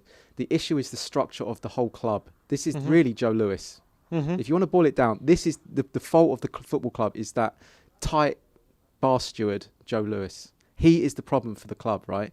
But in a way, Levy plays the fall guy. And it is Levy's fault as well. But whenever you see in Spurs forums where people are having a moan up, they'll go #Levy out, #Levy out. The ones that like are. But it should be ENIC. But it's never really ENIC. They very rarely put #ENIC out, #Joe Lewis out. Like, he is the man at the top of the tree. He's the top of the hierarchy. He's created a culture where no one scrutinises him. But do you think he's the main problem? So I think that the culture trickles down from the top. So if you have someone that doesn't give a monkeys about the football team, the football club, that culture, that intent trickles down to the board, to the chairman, to the manager, to the team. And so it's no surprise to me that we're not getting over the line. It's no surprise to me that we're the bridesmaids and not the brides. It's because the actual infrastructure, the culture of the club at the very, very top isn't one of a winning attitude, of wanting to improve us, I think. To counteract that, if they really didn't care about Spurs winning on the pitch, and they didn't care about the football club in that way, and they were just interested in profits and weren't interested in Spurs having success on the pitch, then why, after sacking Pochettino, did they make Mourinho the second highest paid manager in the Premier League and make him manager? Why? They could have gone the Arteta route and gone for someone cheap and someone who knows the club. They could have made Ledley King manager and you know, and paid him a lot less than Mourinho. Why did they hire Mourinho then? I think they will go back to a kind of a project. But now they have Mourinho. They made him the second highest paid. They gave him a 3-year deal, and they made him the second highest paid manager in the league. Do you do that if you're only concerned with profits, not success on the pitch? Yeah, but if you look at the overall net expenditure over the last few years, it's actually very low. So you could say it's a lot of money to give to Mourinho, but if you actually look at our net expenditure, it's extremely low over the last 10 years, let's say. One of the lowest, I'd say, for a top team. So yeah, you can look at, you can take a snapshot of the last season or two and look at the finances and the investment, right? But if you go back a little bit further, that gives you a little bit more of an honest picture of what's going on. And I don't think it's good enough. And I actually think that the reason that they appointed Mourinho is because Poch was a project manager, worked with young players, always breeding new young players into the team. I thought the reason for Mourinho is he wanted to consolidate with what we had, with the star players that we had, bring in that tactical nous, that ability to win any game with a tactical masterclass, and get over the line. And and consolidate our position and maybe consolidate fourth again. I think that's why he did it, was to batten down the hatches, because we were kind of looking all lost at sea. Bring in a tactical so-called masterclass to kind of do that and squeeze out the top four with what the star players we've got. So that's the reason I think he did it. But I think what's likely to happen is the next move after Mourinho, you'll find that they'll bring in a project manager, a young project manager, and we'll kind of dovetail. We'll kind of flip back into more of a high press, high energy game. That's my prediction anyway. But so you think hiring Mourinho was a calculated risk to try and get back in the top four? That's what you put it down to. I wouldn't say it was a tactical risk. I think it was calculated risk. Yeah, calculated, not even risk. It is a risk if you're making the second highest paid manager in the league, and you only concentrate on profits. Yeah, okay, so calculated risk, and I think that he was the one to do it because he had the winning pedigree, and I guess Levy saw that as, well, Mourinho's going to be the one that can, if any manager can do it with the crop of players that we've got, it'll be Mourinho. That's why I think but surely an appointment like Mourinho is so unlike the board, who always go for the cheaper option. Exactly. So that's one of the reasons why I didn't think it was going to work, because it's a bit of an oil and water situation. I don't think the board and the culture of the club and the amount of investment from the very, very top creates the groundwork, creates the circumstances for Mourinho to flourish as a manager. I just think it's a little bit chalk and cheese, and we're kind of seeing that at the moment. No, I get that, but don't you think Mourinho is underachieving at the moment? Yeah, you got to look. You have to say, don't you? The position we are in the league at the moment, we're 8th in the league. Nice haircut, Sim. By the way, someone says. Oh, thank you. The position we are in the league, 8th, is underachievement. Obviously, we're still in the cups, so I can't really say he's underachieved until we're out, right? That's fair. Can't really say underachieved in the cup until we're out. We're still in the cups. Well, in the league, okay. Yeah. We're in the final and we're still in the Europa League. But in the league, we're 8th. And that's underachievement. And if we finish 8th, he has to take responsibility for that, and his position needs to be considered, especially if we don't win any of the cups. But yeah, I would say he is underachieving, because I do think that despite the problems we have with the players, they are definitely better than being in 8th position. Jack, I'm going to give, you can't nerf the Burf here, Jack Burford. He says, because they went for the quick, easy fix him, the harder option would have been to give Pochettino the funds to rebuild the squad. I agree. In the grand scheme, Mourinho coming... Oh, I missed that last... Mourinho coming would have cost a lot less than rebuild. I think rebuild he's trying to say there. It says Rebu. Imagine what would have happened if we just backed Poch and we just gave him the That's what we chest to basically rebuild the team how we wanted it in his image. And I just think it was a disgrace that he wasn't allowed to do that, because I think he earned it. he earned it, and he knew the positions that he said. This needs to be like, well, I don't know what his phrasing was, but he says this has to be a total rebuild. Now. He said we got a great house now. We need nice furniture. Yeah, it's like he could see that we were coming to the end of a cycle, and Poch knew that we had to start creating the new generation of the new superstars. But he was like cut short at that point, and then he even came out in press conferences and said, "Stop calling me a manager. I'm a coach." And that was his like way of having a little bit of a dig at the board, saying, "Look, do you back me or don't you?" Mm-hmm. And I think that he actually became a little bit disenfranchised with the whole setup at the club and his role at the club. And I actually think that played a big part in our performances waning a little bit towards the end. I think that he was feeling a little bit disenfranchised, Poch, because he wasn't given the war chest of funds to be able to rebuild it and be in control. I think he earned that. So, I mean, yeah, good point, Jack. I agree. I'd like to see what would have happened. That's exactly what me and my brother said when Poch got sacked, is that we would rather have Poch, or we wouldn't have sacked Poch, and we'd rather have given him the rebuild. I think that would have been the right thing to do. Where do you think he would have been now? If we're sat in the table right now, where would he be if Poch didn't In all honesty, I think if Poch had this squad of players, we might. It's hard to argue we wouldn't be higher up in the table. It's hard to argue. I think we'd kind of be where we are now, maybe a place higher or something like that. I think we'd probably be a couple of places higher. Yeah. Because I think he would get us playing in a. Yeah. As much as Mourinho has been trying to get us playing more offensive, I think with the refreshed fullbacks of like having Reguilon there and having Aurier there, having those fullbacks really pressing high up the pitch, I think we probably would be in a higher position. We'd be in a high position, but I think we'd probably, you'd finish we'd be flirting with 4th or 5th. But would we still be in the cups? I can't guarantee that. I don't know if we would be. Do you know what? I actually put... When you look back at the end of the Poch era, right, I've got this theory. I reckon, you know the Leicester game? Do you remember that game where there was this offside by like a gnat's hair? Oh, you mean when Son scores and it would have made it 2-0? Yeah. It was like a gnat's fart literally a finger line, right? fingernail. Yeah. I actually have this like thing in my mind. That was a sliding doors moment. If that goes 2-0, we win that game. Mm-hmm. I actually think that Poch should still be our manager right now. I know that's like... I know, because I remember that game. I remember that game because we were playing really well that game. Yeah, I think that was a sliding doors moment where it like started to, where it all went wrong. But I think it was... I know what you mean, because that game we played really well, and that would have made it 2-0, and then that would have been a great result against a high-flying Leicester team at the time. We end up losing it, and then we end up compounding a bad run that we were already on. Exactly. So that one, like... pivotal moment, but it doesn't matter. I mean, everything happens for a reason, you know. We got a couple of super chats. Alex, Poch is coming back. Yeah, he said he's coming back. He does say he did. He's Jesus Perez said he's coming back, and Poch said he's coming back. Yeah. So look, I'd love Poch back at some point for sure. Alex D says winning the League Cup is no different to winning the cup in 2008, and with George Graham, Kane and Son will still leave.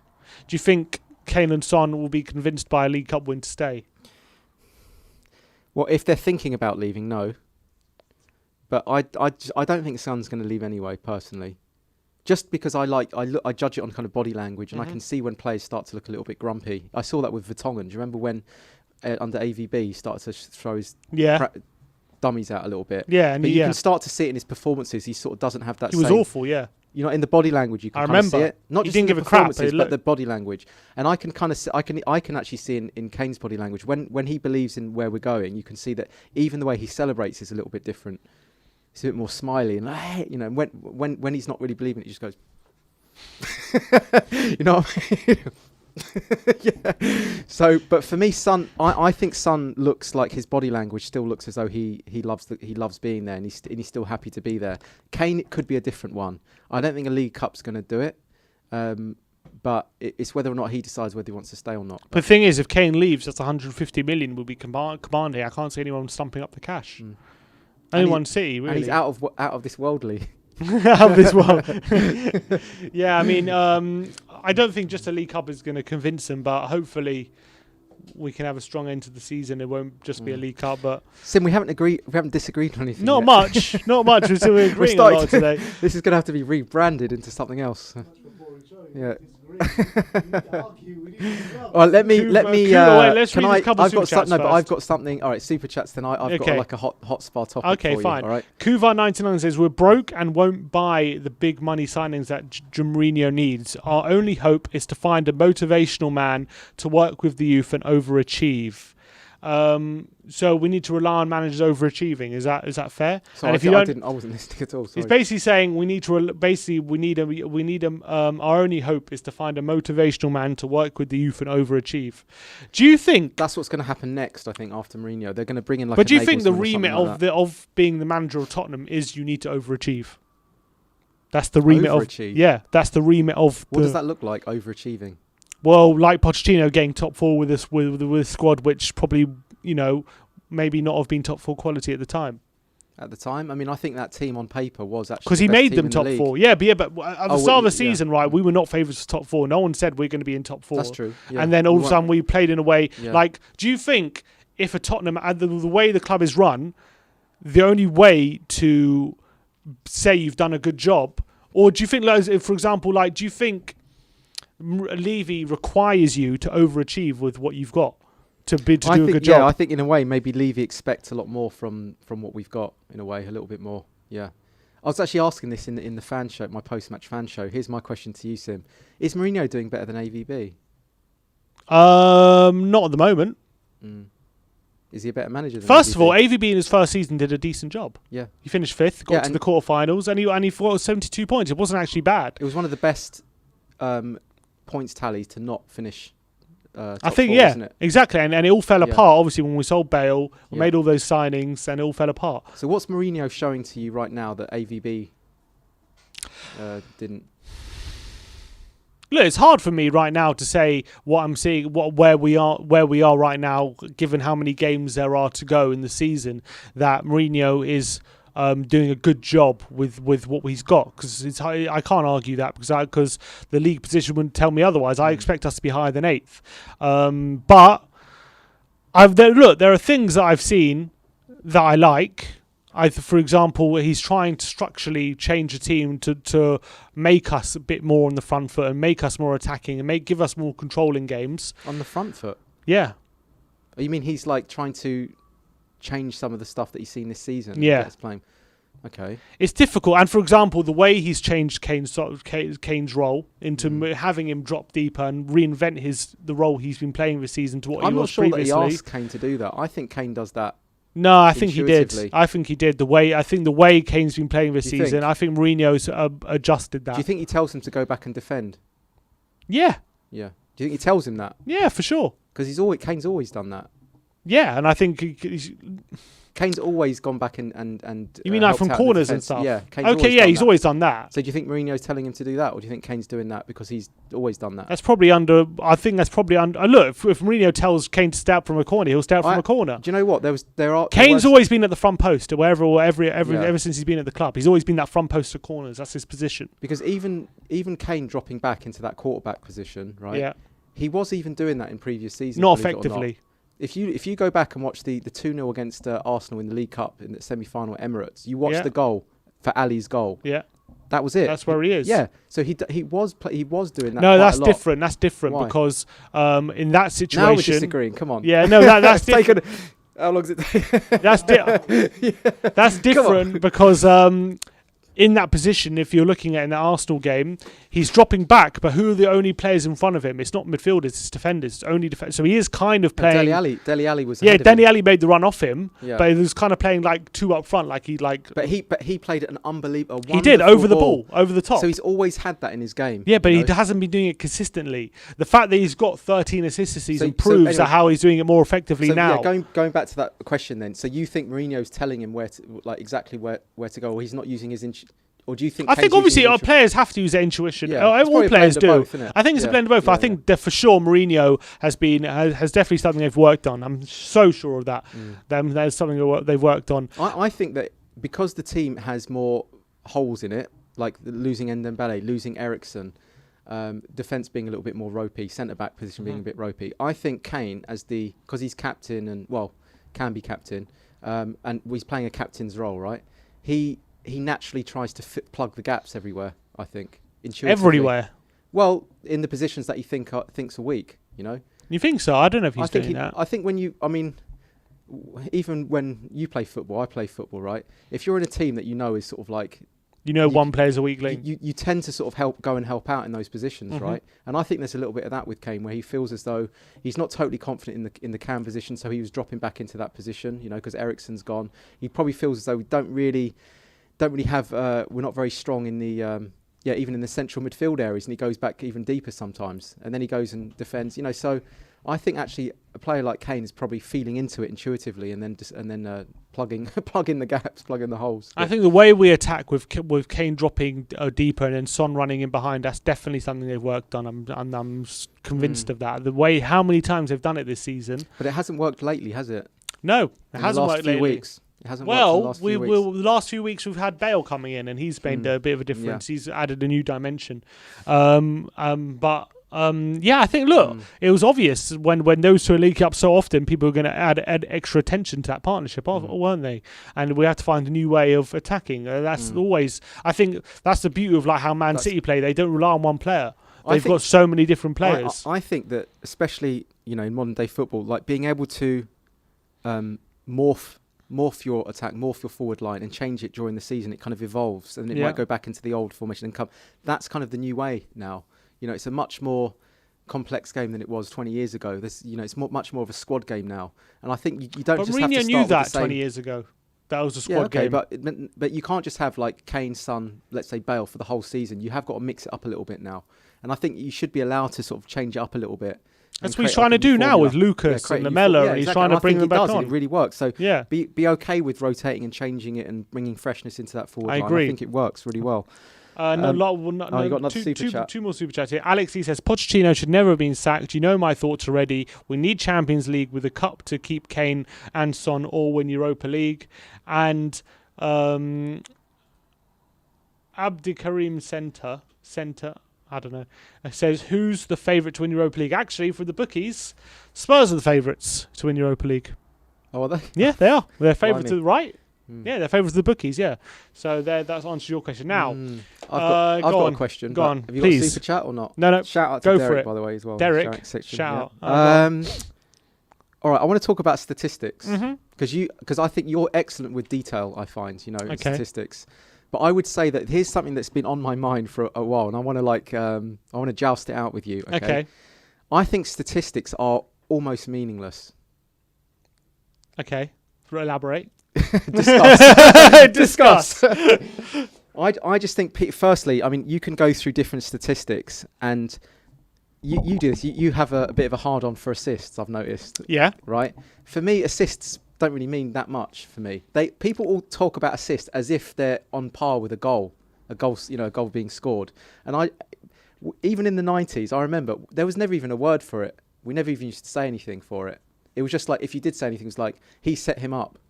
Or who set that goal? I set him up. But it never moved from a verb to a noun. But now it's a noun. It's like he got the assist. But for me, it's a little bit meaningless, because I think with statistics, what happens is there's so much hyper focus on what you do on paper that's the quantitative aspect of a footballer's performance, right? You lose all the qualitative aspect of that footballer. The more statistics you bring out, the more that you're going to look at that player in alignment with those statistics, and you miss everything in the ether. Because a footballer's brilliance is often in the intangible, not the tangible. I don't know if you remember, me and Ben talked about Ginola, because that was a little bit before your time. And we were saying, he was a magician. He was poetry on the ball. He was something special. You went straight on Google and you went, only 4 goals. How good were those goals? And only 3 assists. How good were those assists? And it's kind of that's where I'm kind of getting at. With a player like Ginola, you don't even look at the assists. You don't even look at the goals. I mean, you just think he was an absolute master on the ball. There's no stat for that. There's no statistic for when you have the first yard in your head, and like a player like Iniesta or Paul Scholes, the first yards in their head. Mm-hmm. What's the statistic for that? You know what I mean? You don't, and I think when you reduce a player's performance all the way down to statistics, I think you kill the magic out of the game a little bit, and I think that it makes it difficult to read to actually enjoy a player. I think. I disagree. strongly.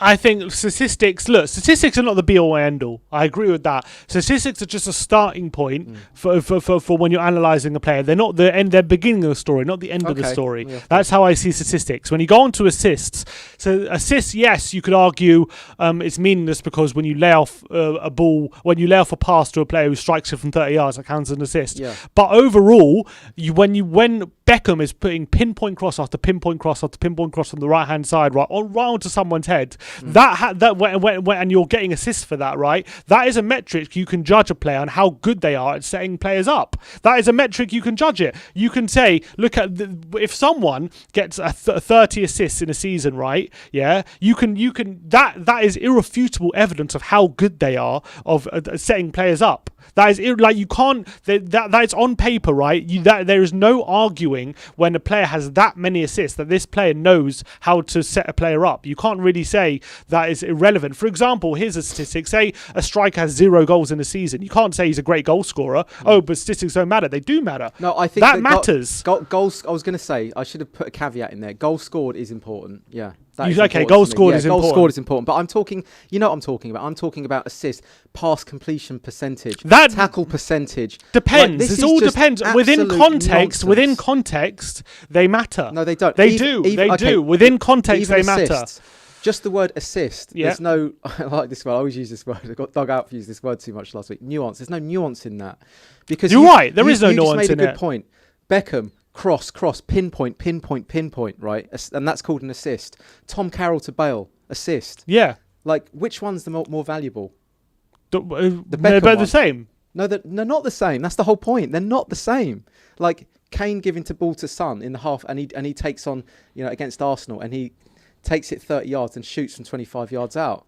Like, that's the same as a pinpoint cross from Beckham onto someone's head 5 yards out. That's not the same. So you have outliers, but within overall context of a season, it's going to balance itself out. No, the word assist, to me, it's not. That needs to be broken down much more than that because, the Doherty assist to Bale in Europa. I mean, how much credit do you give Doherty for that? Again, the Doherty assist Bale scored against. I can't remember, but Bale scored out. But no, it was in Europa against Wolfsberger. Yeah, he got an assist. But I mean, like, how many people go? Doherty's playing well now. He's got an assist. Do you know what I mean? Look, if you're continually finding a player, right, and he's scoring a goal time after time after time, and you're racking up lots of assists, that means you're doing something right. That means you're doing something that's working, and that you deserve credit for that, in my opinion. And it depends. If it's a one-off assist, you get one assist in the season, you laid it off to a striker from 30 yards. We judge it on that game, and we always go, he got an assist, he got a goal. He's on 2 assists now. He's on, you know what I mean? No, you judge it. I don't judge it just on one game. I don't say just because he got an assist. Because, for example, Doherty's assist for Kane, right, where Kane bashed it in from 30 yards against Palace, right? He got an assist for that, but I don't say, oh, Doherty had a great game because of that. But if Doherty did that 30 times over a season, or 20 times, and he kept getting assists for it, then I give him credit. Even if Kane got all those goals from 30 I give him credit. Yards. I give him credit for that. I tell you why, because it means he's finding... I tell you why I give him credit for that, because he's clearly finding a system, right, which is... Finding a formula that's getting us goals, and he's doing something right. It's getting success. Fair and if that means laying it off to Kane... something's happening. I know, exactly. If it means he's laying off to Kane 30 times in a season, and Kane's scoring every single time, he's doing it doesn't matter, he's doing something right. So that's something that's working. Well, I would look at that and go, right, what were those actual assists like? Okay, he's giving it to him in his own half, and then Kane beats a couple of men and scores from 30 yards. To me, that assist is but that's something that's working, and if he keeps doing it, that's not luck. After you do it that many times, that's not luck. Because obviously there's something there that the formula's working. You could argue that. But let's also go into things like, I mean, you love to talk about the 4 assists that Kane did, right? Yeah. Oh, fantastic. But another part of a player's assist record of the season is also how good the players are that you're around, right? Okay. So even in that Southampton game, he gets 4 assists, right? But that was actually because of Son's brilliance as well. Okay. Right? So if Son wasn't in that position and he had an Adebayor there, he wouldn't have got the assists. Yeah. Maybe not. Maybe he would have. Yeah. But those are pinpoint through balls. They weren't all pinpoint. They were. They were not all pinpoint. Most of them were. No. They weren't. They definitely weren't. They were. He played Son in on goal where Son didn't have to beat any defenders between him and the goal, and he got the finish. Son was good enough to finish it. In that Southampton game, the first one was overweighted, and he had two men around him, and he shot from an angle, and it was a goalkeeping error. Okay. He didn't cover his angles, and that goalkeeper was terrible that game. The Southampton players said the goalie was terrible. Did they? Who said that? The Southampton fans. Never. Oh, fans. Sorry, players. Fans. Okay, I was about to say players came out saying the team was terrible. The last one was on a plate. I'll give you that. But you've also got to remember, Son was on fire, mate. Son was on fire at the beginning part of that season. So my point is, your statistics of assists are going to look better if the player you're playing with is also playing out of their skin. And Son and Kane were making each other's statistics look good. What does that mean, making each other's statistics look good? Because they deserve that. No, because if Son... They earned that. No, Son is making Kane's assist tally look good, right? And vice versa. Because if Kane's putting that ball through to a Postiga and he's not finishing it off, then he doesn't get that assist. That's Postiga's fault, though. But then Kane wouldn't get that assist statistic. Do you see that? Okay. So what's your point, though? Your assists are dependent on the finishing of the striker that you're laying it onto. If you're laying it onto a Son who's world class, you're more likely to get more assists than if you're laying it on a plate for Adebayor or a Postiga or a Vincent Janssen. Okay, so but if you roll, remember against Newcastle, yeah, we drew 1-0. Common sense. I know, but you drew against Newcastle. We drew 1-0, right? I don't know if you remember the goal. Lucas Moura scored at Newcastle. Yeah. Early in the season, we drew 1-1, yeah? I do remember when we gave a penalty in the last minute.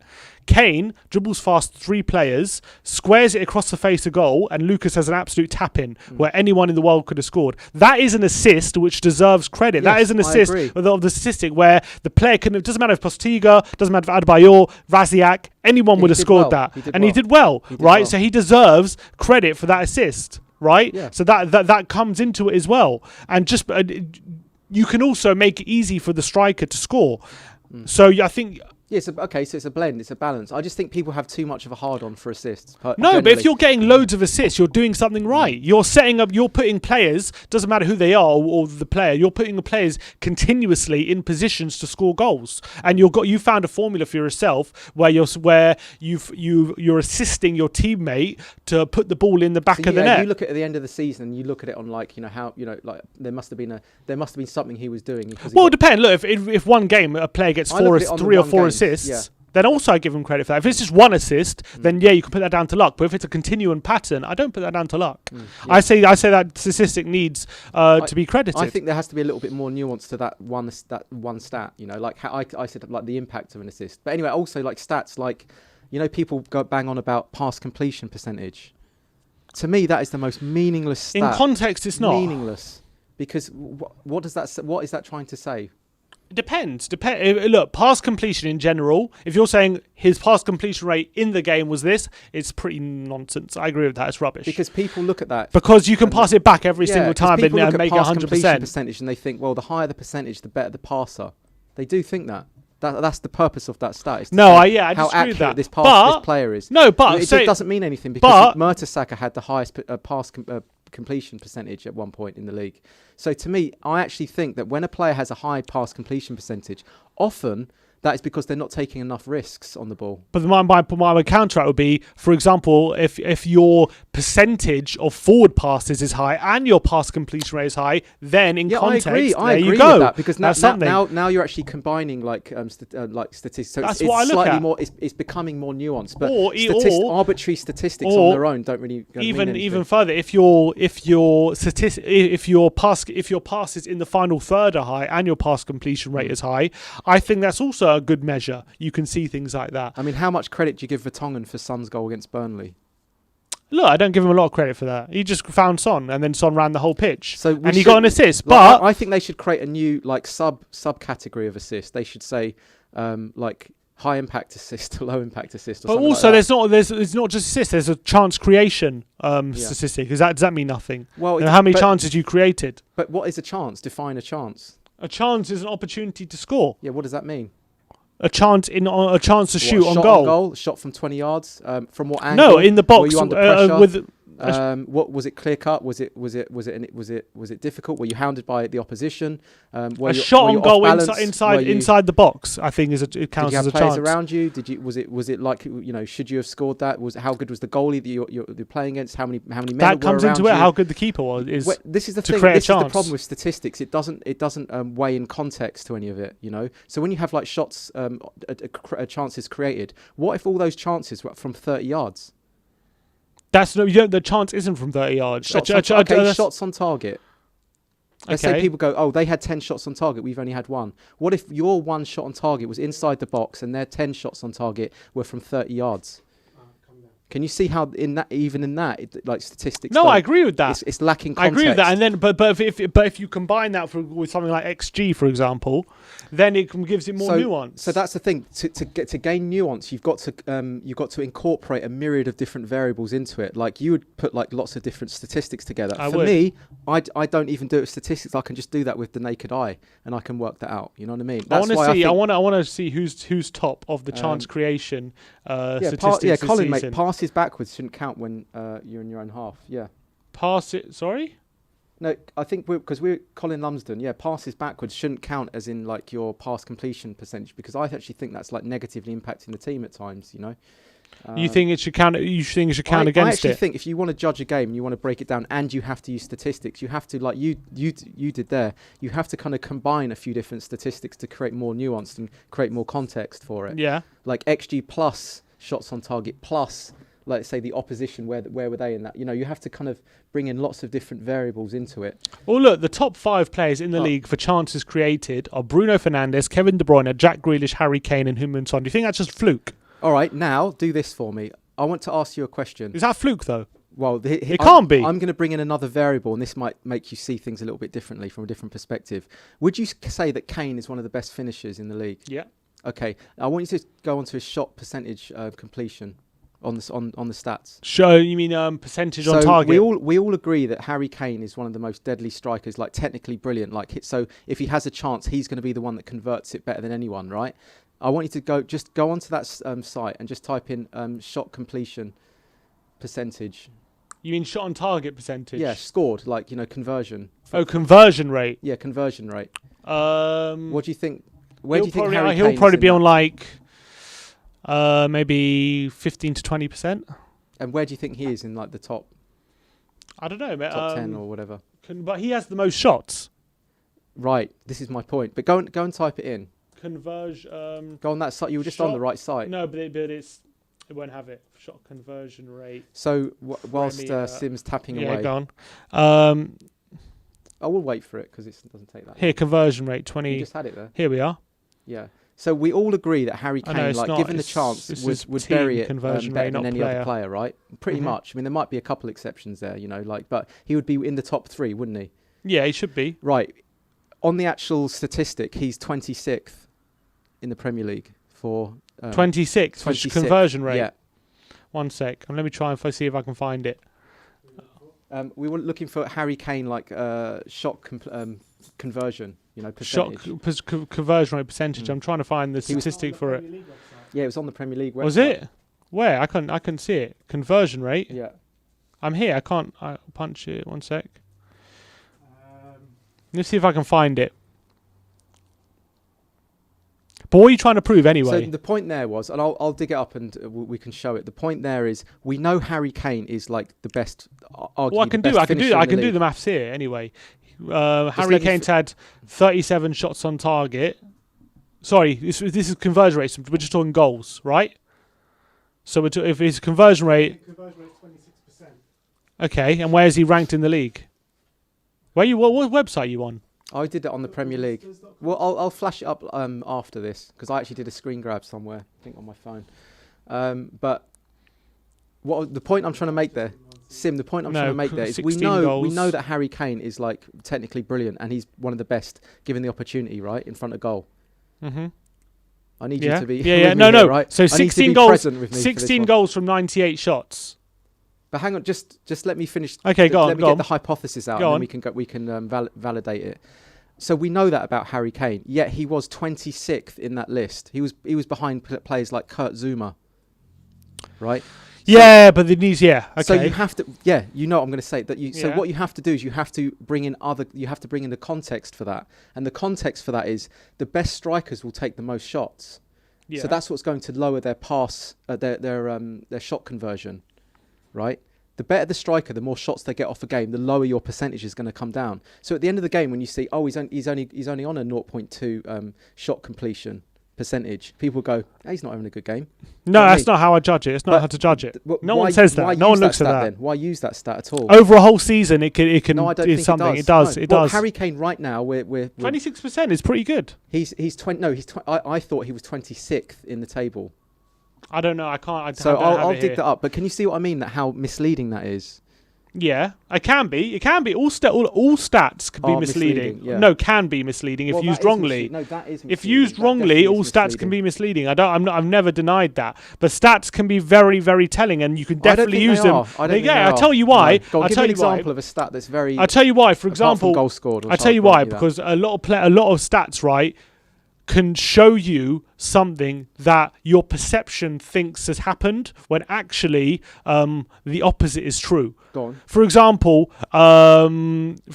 you're watching a game, right, and you're thinking Spurs are not trying, they're not running today, and like, oh, why aren't they running? They're sluggish. And then you look at the stats, and actually Spurs have run more than the opposition. And that a lot of the times your perception of what you think is going on is actually different to reality. When you look at the stats, that's actually on the ground, okay, right. And you can see reality, what's actually happened compared to what your perception is saying has happened. That's a one-off, and I'll tell you why. That statistic is based on fitness. Okay. But that's not to do with footballing ability. Okay, for example, you're saying so you're saying Spurs haven't tackled the opposition enough or something. Your perception of the game is we haven't put a foot in, we don't make enough tackles, and then you look at the stats, and actually we've made a lot more tackles than the opposition have made. For example, things like that. Well, okay, so flip that around. I'm going to flip that back at you. Would you say that Van Dijk puts in a lot of tackles in a game? No, he doesn't. Yeah, Doesn't need to. Do you know how many he puts in? Not a lot. 0.6. He doesn't need to. Right. So does that make him a bad defender? No, not at all. So a lot of people, they look at that and they go, oh, he's not putting enough tackles in. Well, you're actually watching a game that a lot of players, they don't need to. Mm-hmm. You know? Because it's also, you have to look at that as well. Again, context. He's playing in a better team. So the opposition aren't going to have the ball as much, so he doesn't need to put in as many tackles. Correct, and he puts in positions himself well. So comparing his defensive statistics to like a Burnley defensive is different. Is different because the Burnley's going to be under the cosh all game long, and Van Dijk isn't. So maybe the Burnley's players' defensive statistics are going to be better than Van Dijk. No, I'm not disagreeing. So that is why it's pointless. It's not pointless though. Because that is pointless. No, that is pointless. Yeah. If you're comparing those defensive statistics like that, but that's out of context. In context, give me one where it's useful. Give me a statistic that's useful apart from goals scored. I think attacking ones are definitely more useful than defensive ones. But I would say a defensive statistic that is useful. Let me think of one. I think there are definitely defensive statistics that are useful. As in number of tackles and stuff, yeah, it depends in the context. But if you look at, for example, let me see. That's what I'm talking about, context. These stats don't allow for context. Those specific ones you're saying, yeah, they don't. But for example, like aerial duels. Yeah, okay. Again, meaningless. No, it's not. Yeah, it is. No, it's not. If you're losing all your aerial duels, that's not meaningless. That's something. But you don't know. You don't know how. You don't know. The ball never comes into the ball never comes in between the two players, like exactly equidistant between the two players. Maybe the ball's a little bit closer to the opposition player. There's a way that you can just smash that statistic out the water. What do you mean? So let's say me and you are going in for a duel together, right? What if the ball's slightly closer to me? I'm going to probability. Then you haven't positioned yourself in a way to win the ball. I'm going to have an advantage that I'm going to win that ball, right? It's very rare that the ball goes exactly equidistant between the two players coming into the duel, right? So it's not a controlled statistic. No, there's defensive. I agree. What if you're 5'4" and the opposition's 5'10"? What if you're 5'4" and the opposition's 5'10"? Or like Winks, 5 foot, whatever he is, 5'6", and the opposition's 6 foot. Yeah, but you don't judge a midfield on their aerial duels, but you can judge a centre back on that. So you've also got to take into the height of the player as well, right? No, forget the height of the player. You got the position of the player. If you're a centre back, you can get judged on how many. If you're losing all your headers, right? Yeah, and talk about head defensively for defenders. Right. Well, how do you know that the defender and the striker is the same height? Doesn't matter. Well, of course it does, because Why if does it you're taller, matter? you're going to win more aerial duels. Okay, in fair play, you've won more aerial duels. So it's meaningless. Because why is that meaningless? Yeah, well, Lucas has got like Michael Jordan. More credit to him because he's shorter. And more credit to Moras. Well, I love him. Yeah, because he won more aerial duels while he's shorter. Yeah, brilliant for him. Yeah. Yeah. Is that what your point? Moore is an exceptional jumper. He's right, and he's like Michael Jordan at jumping. He's a freak. But let's just take a general take on the players, right? Mm-hmm. You can't just say he's won more duels, therefore like he's playing, but he's doing well, because like I said, you never have a perfect example where the ball's coming in exactly equidistant between the two players, and it's like whoever's stronger. Here's a good super chat. I've got a good super chat here from Jack's Energy. He says, watch a film called Moneyball with Brad Pitt and Jonah Hill. Have you seen it?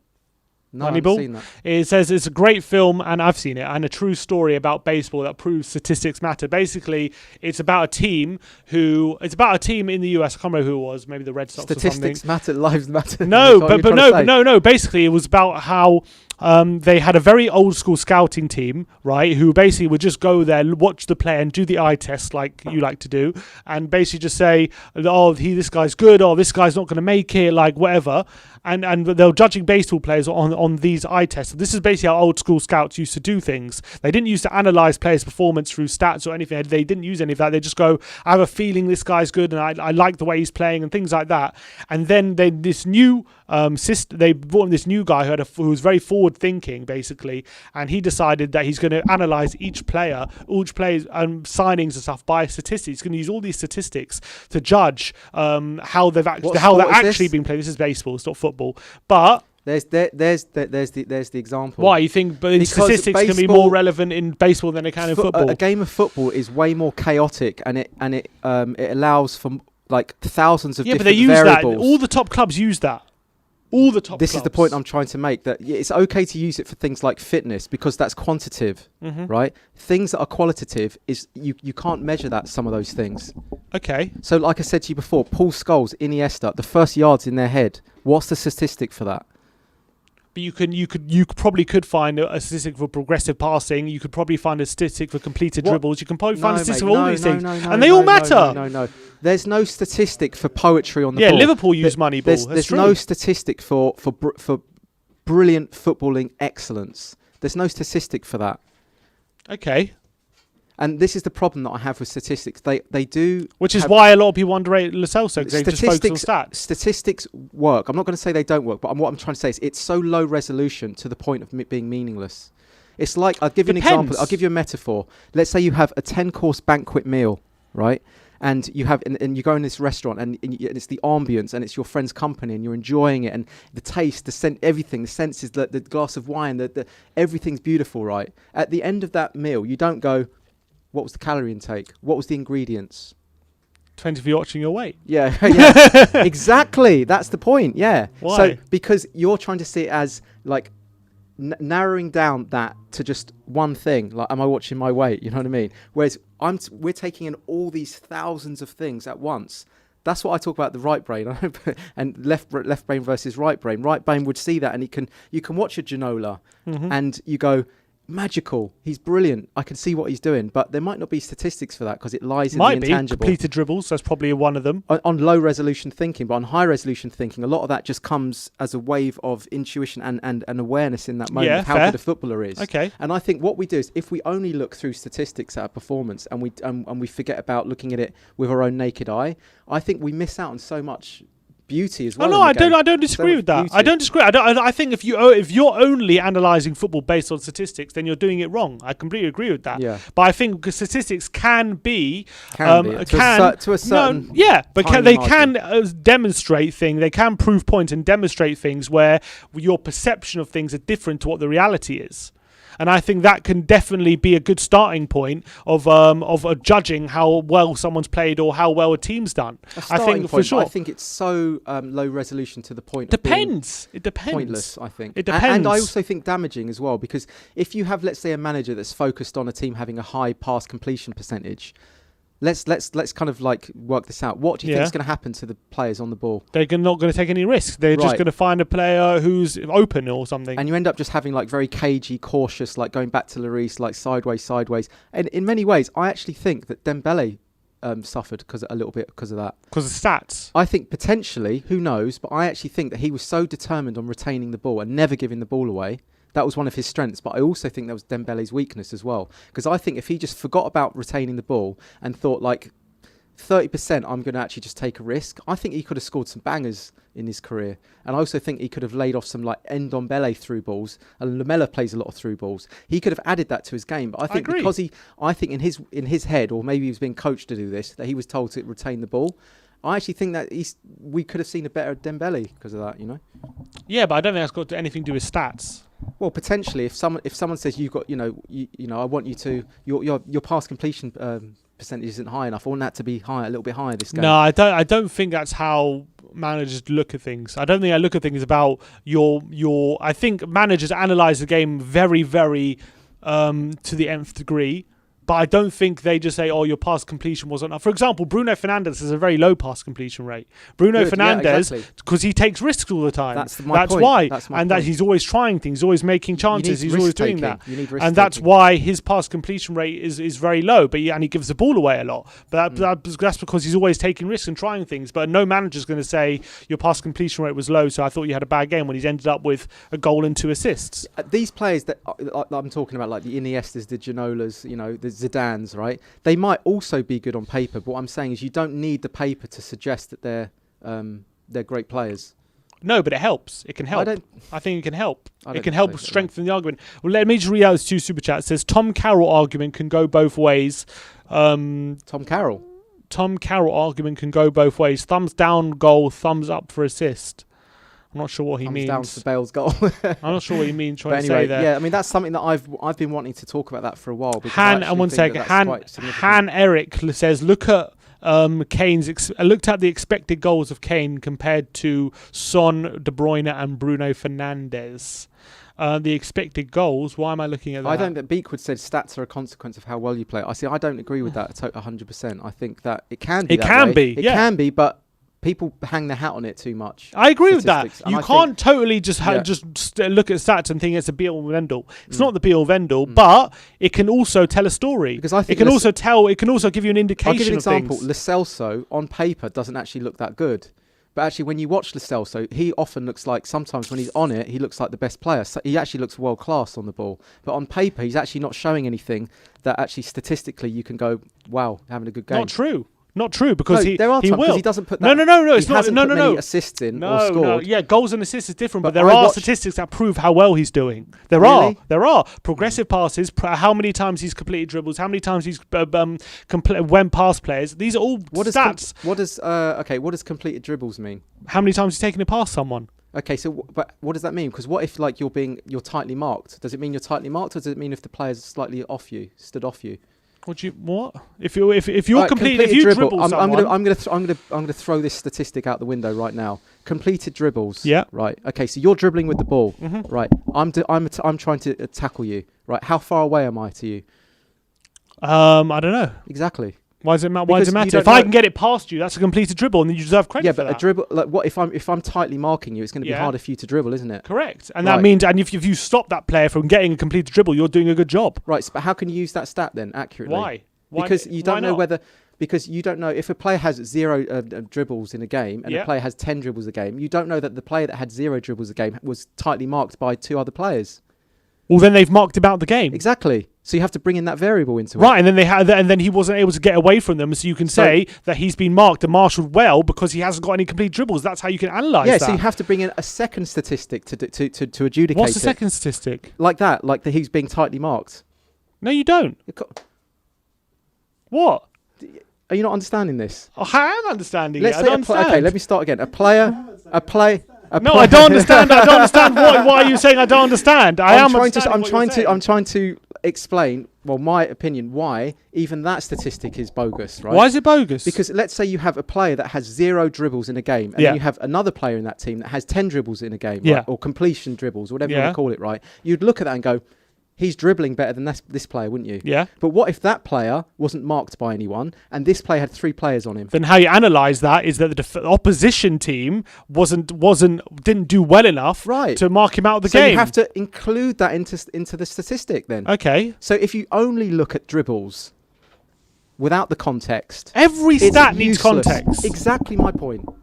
You can't just look at stats and say that's the full story, but it's an indication. That's what I'm saying. You can indicate things. You can learn things.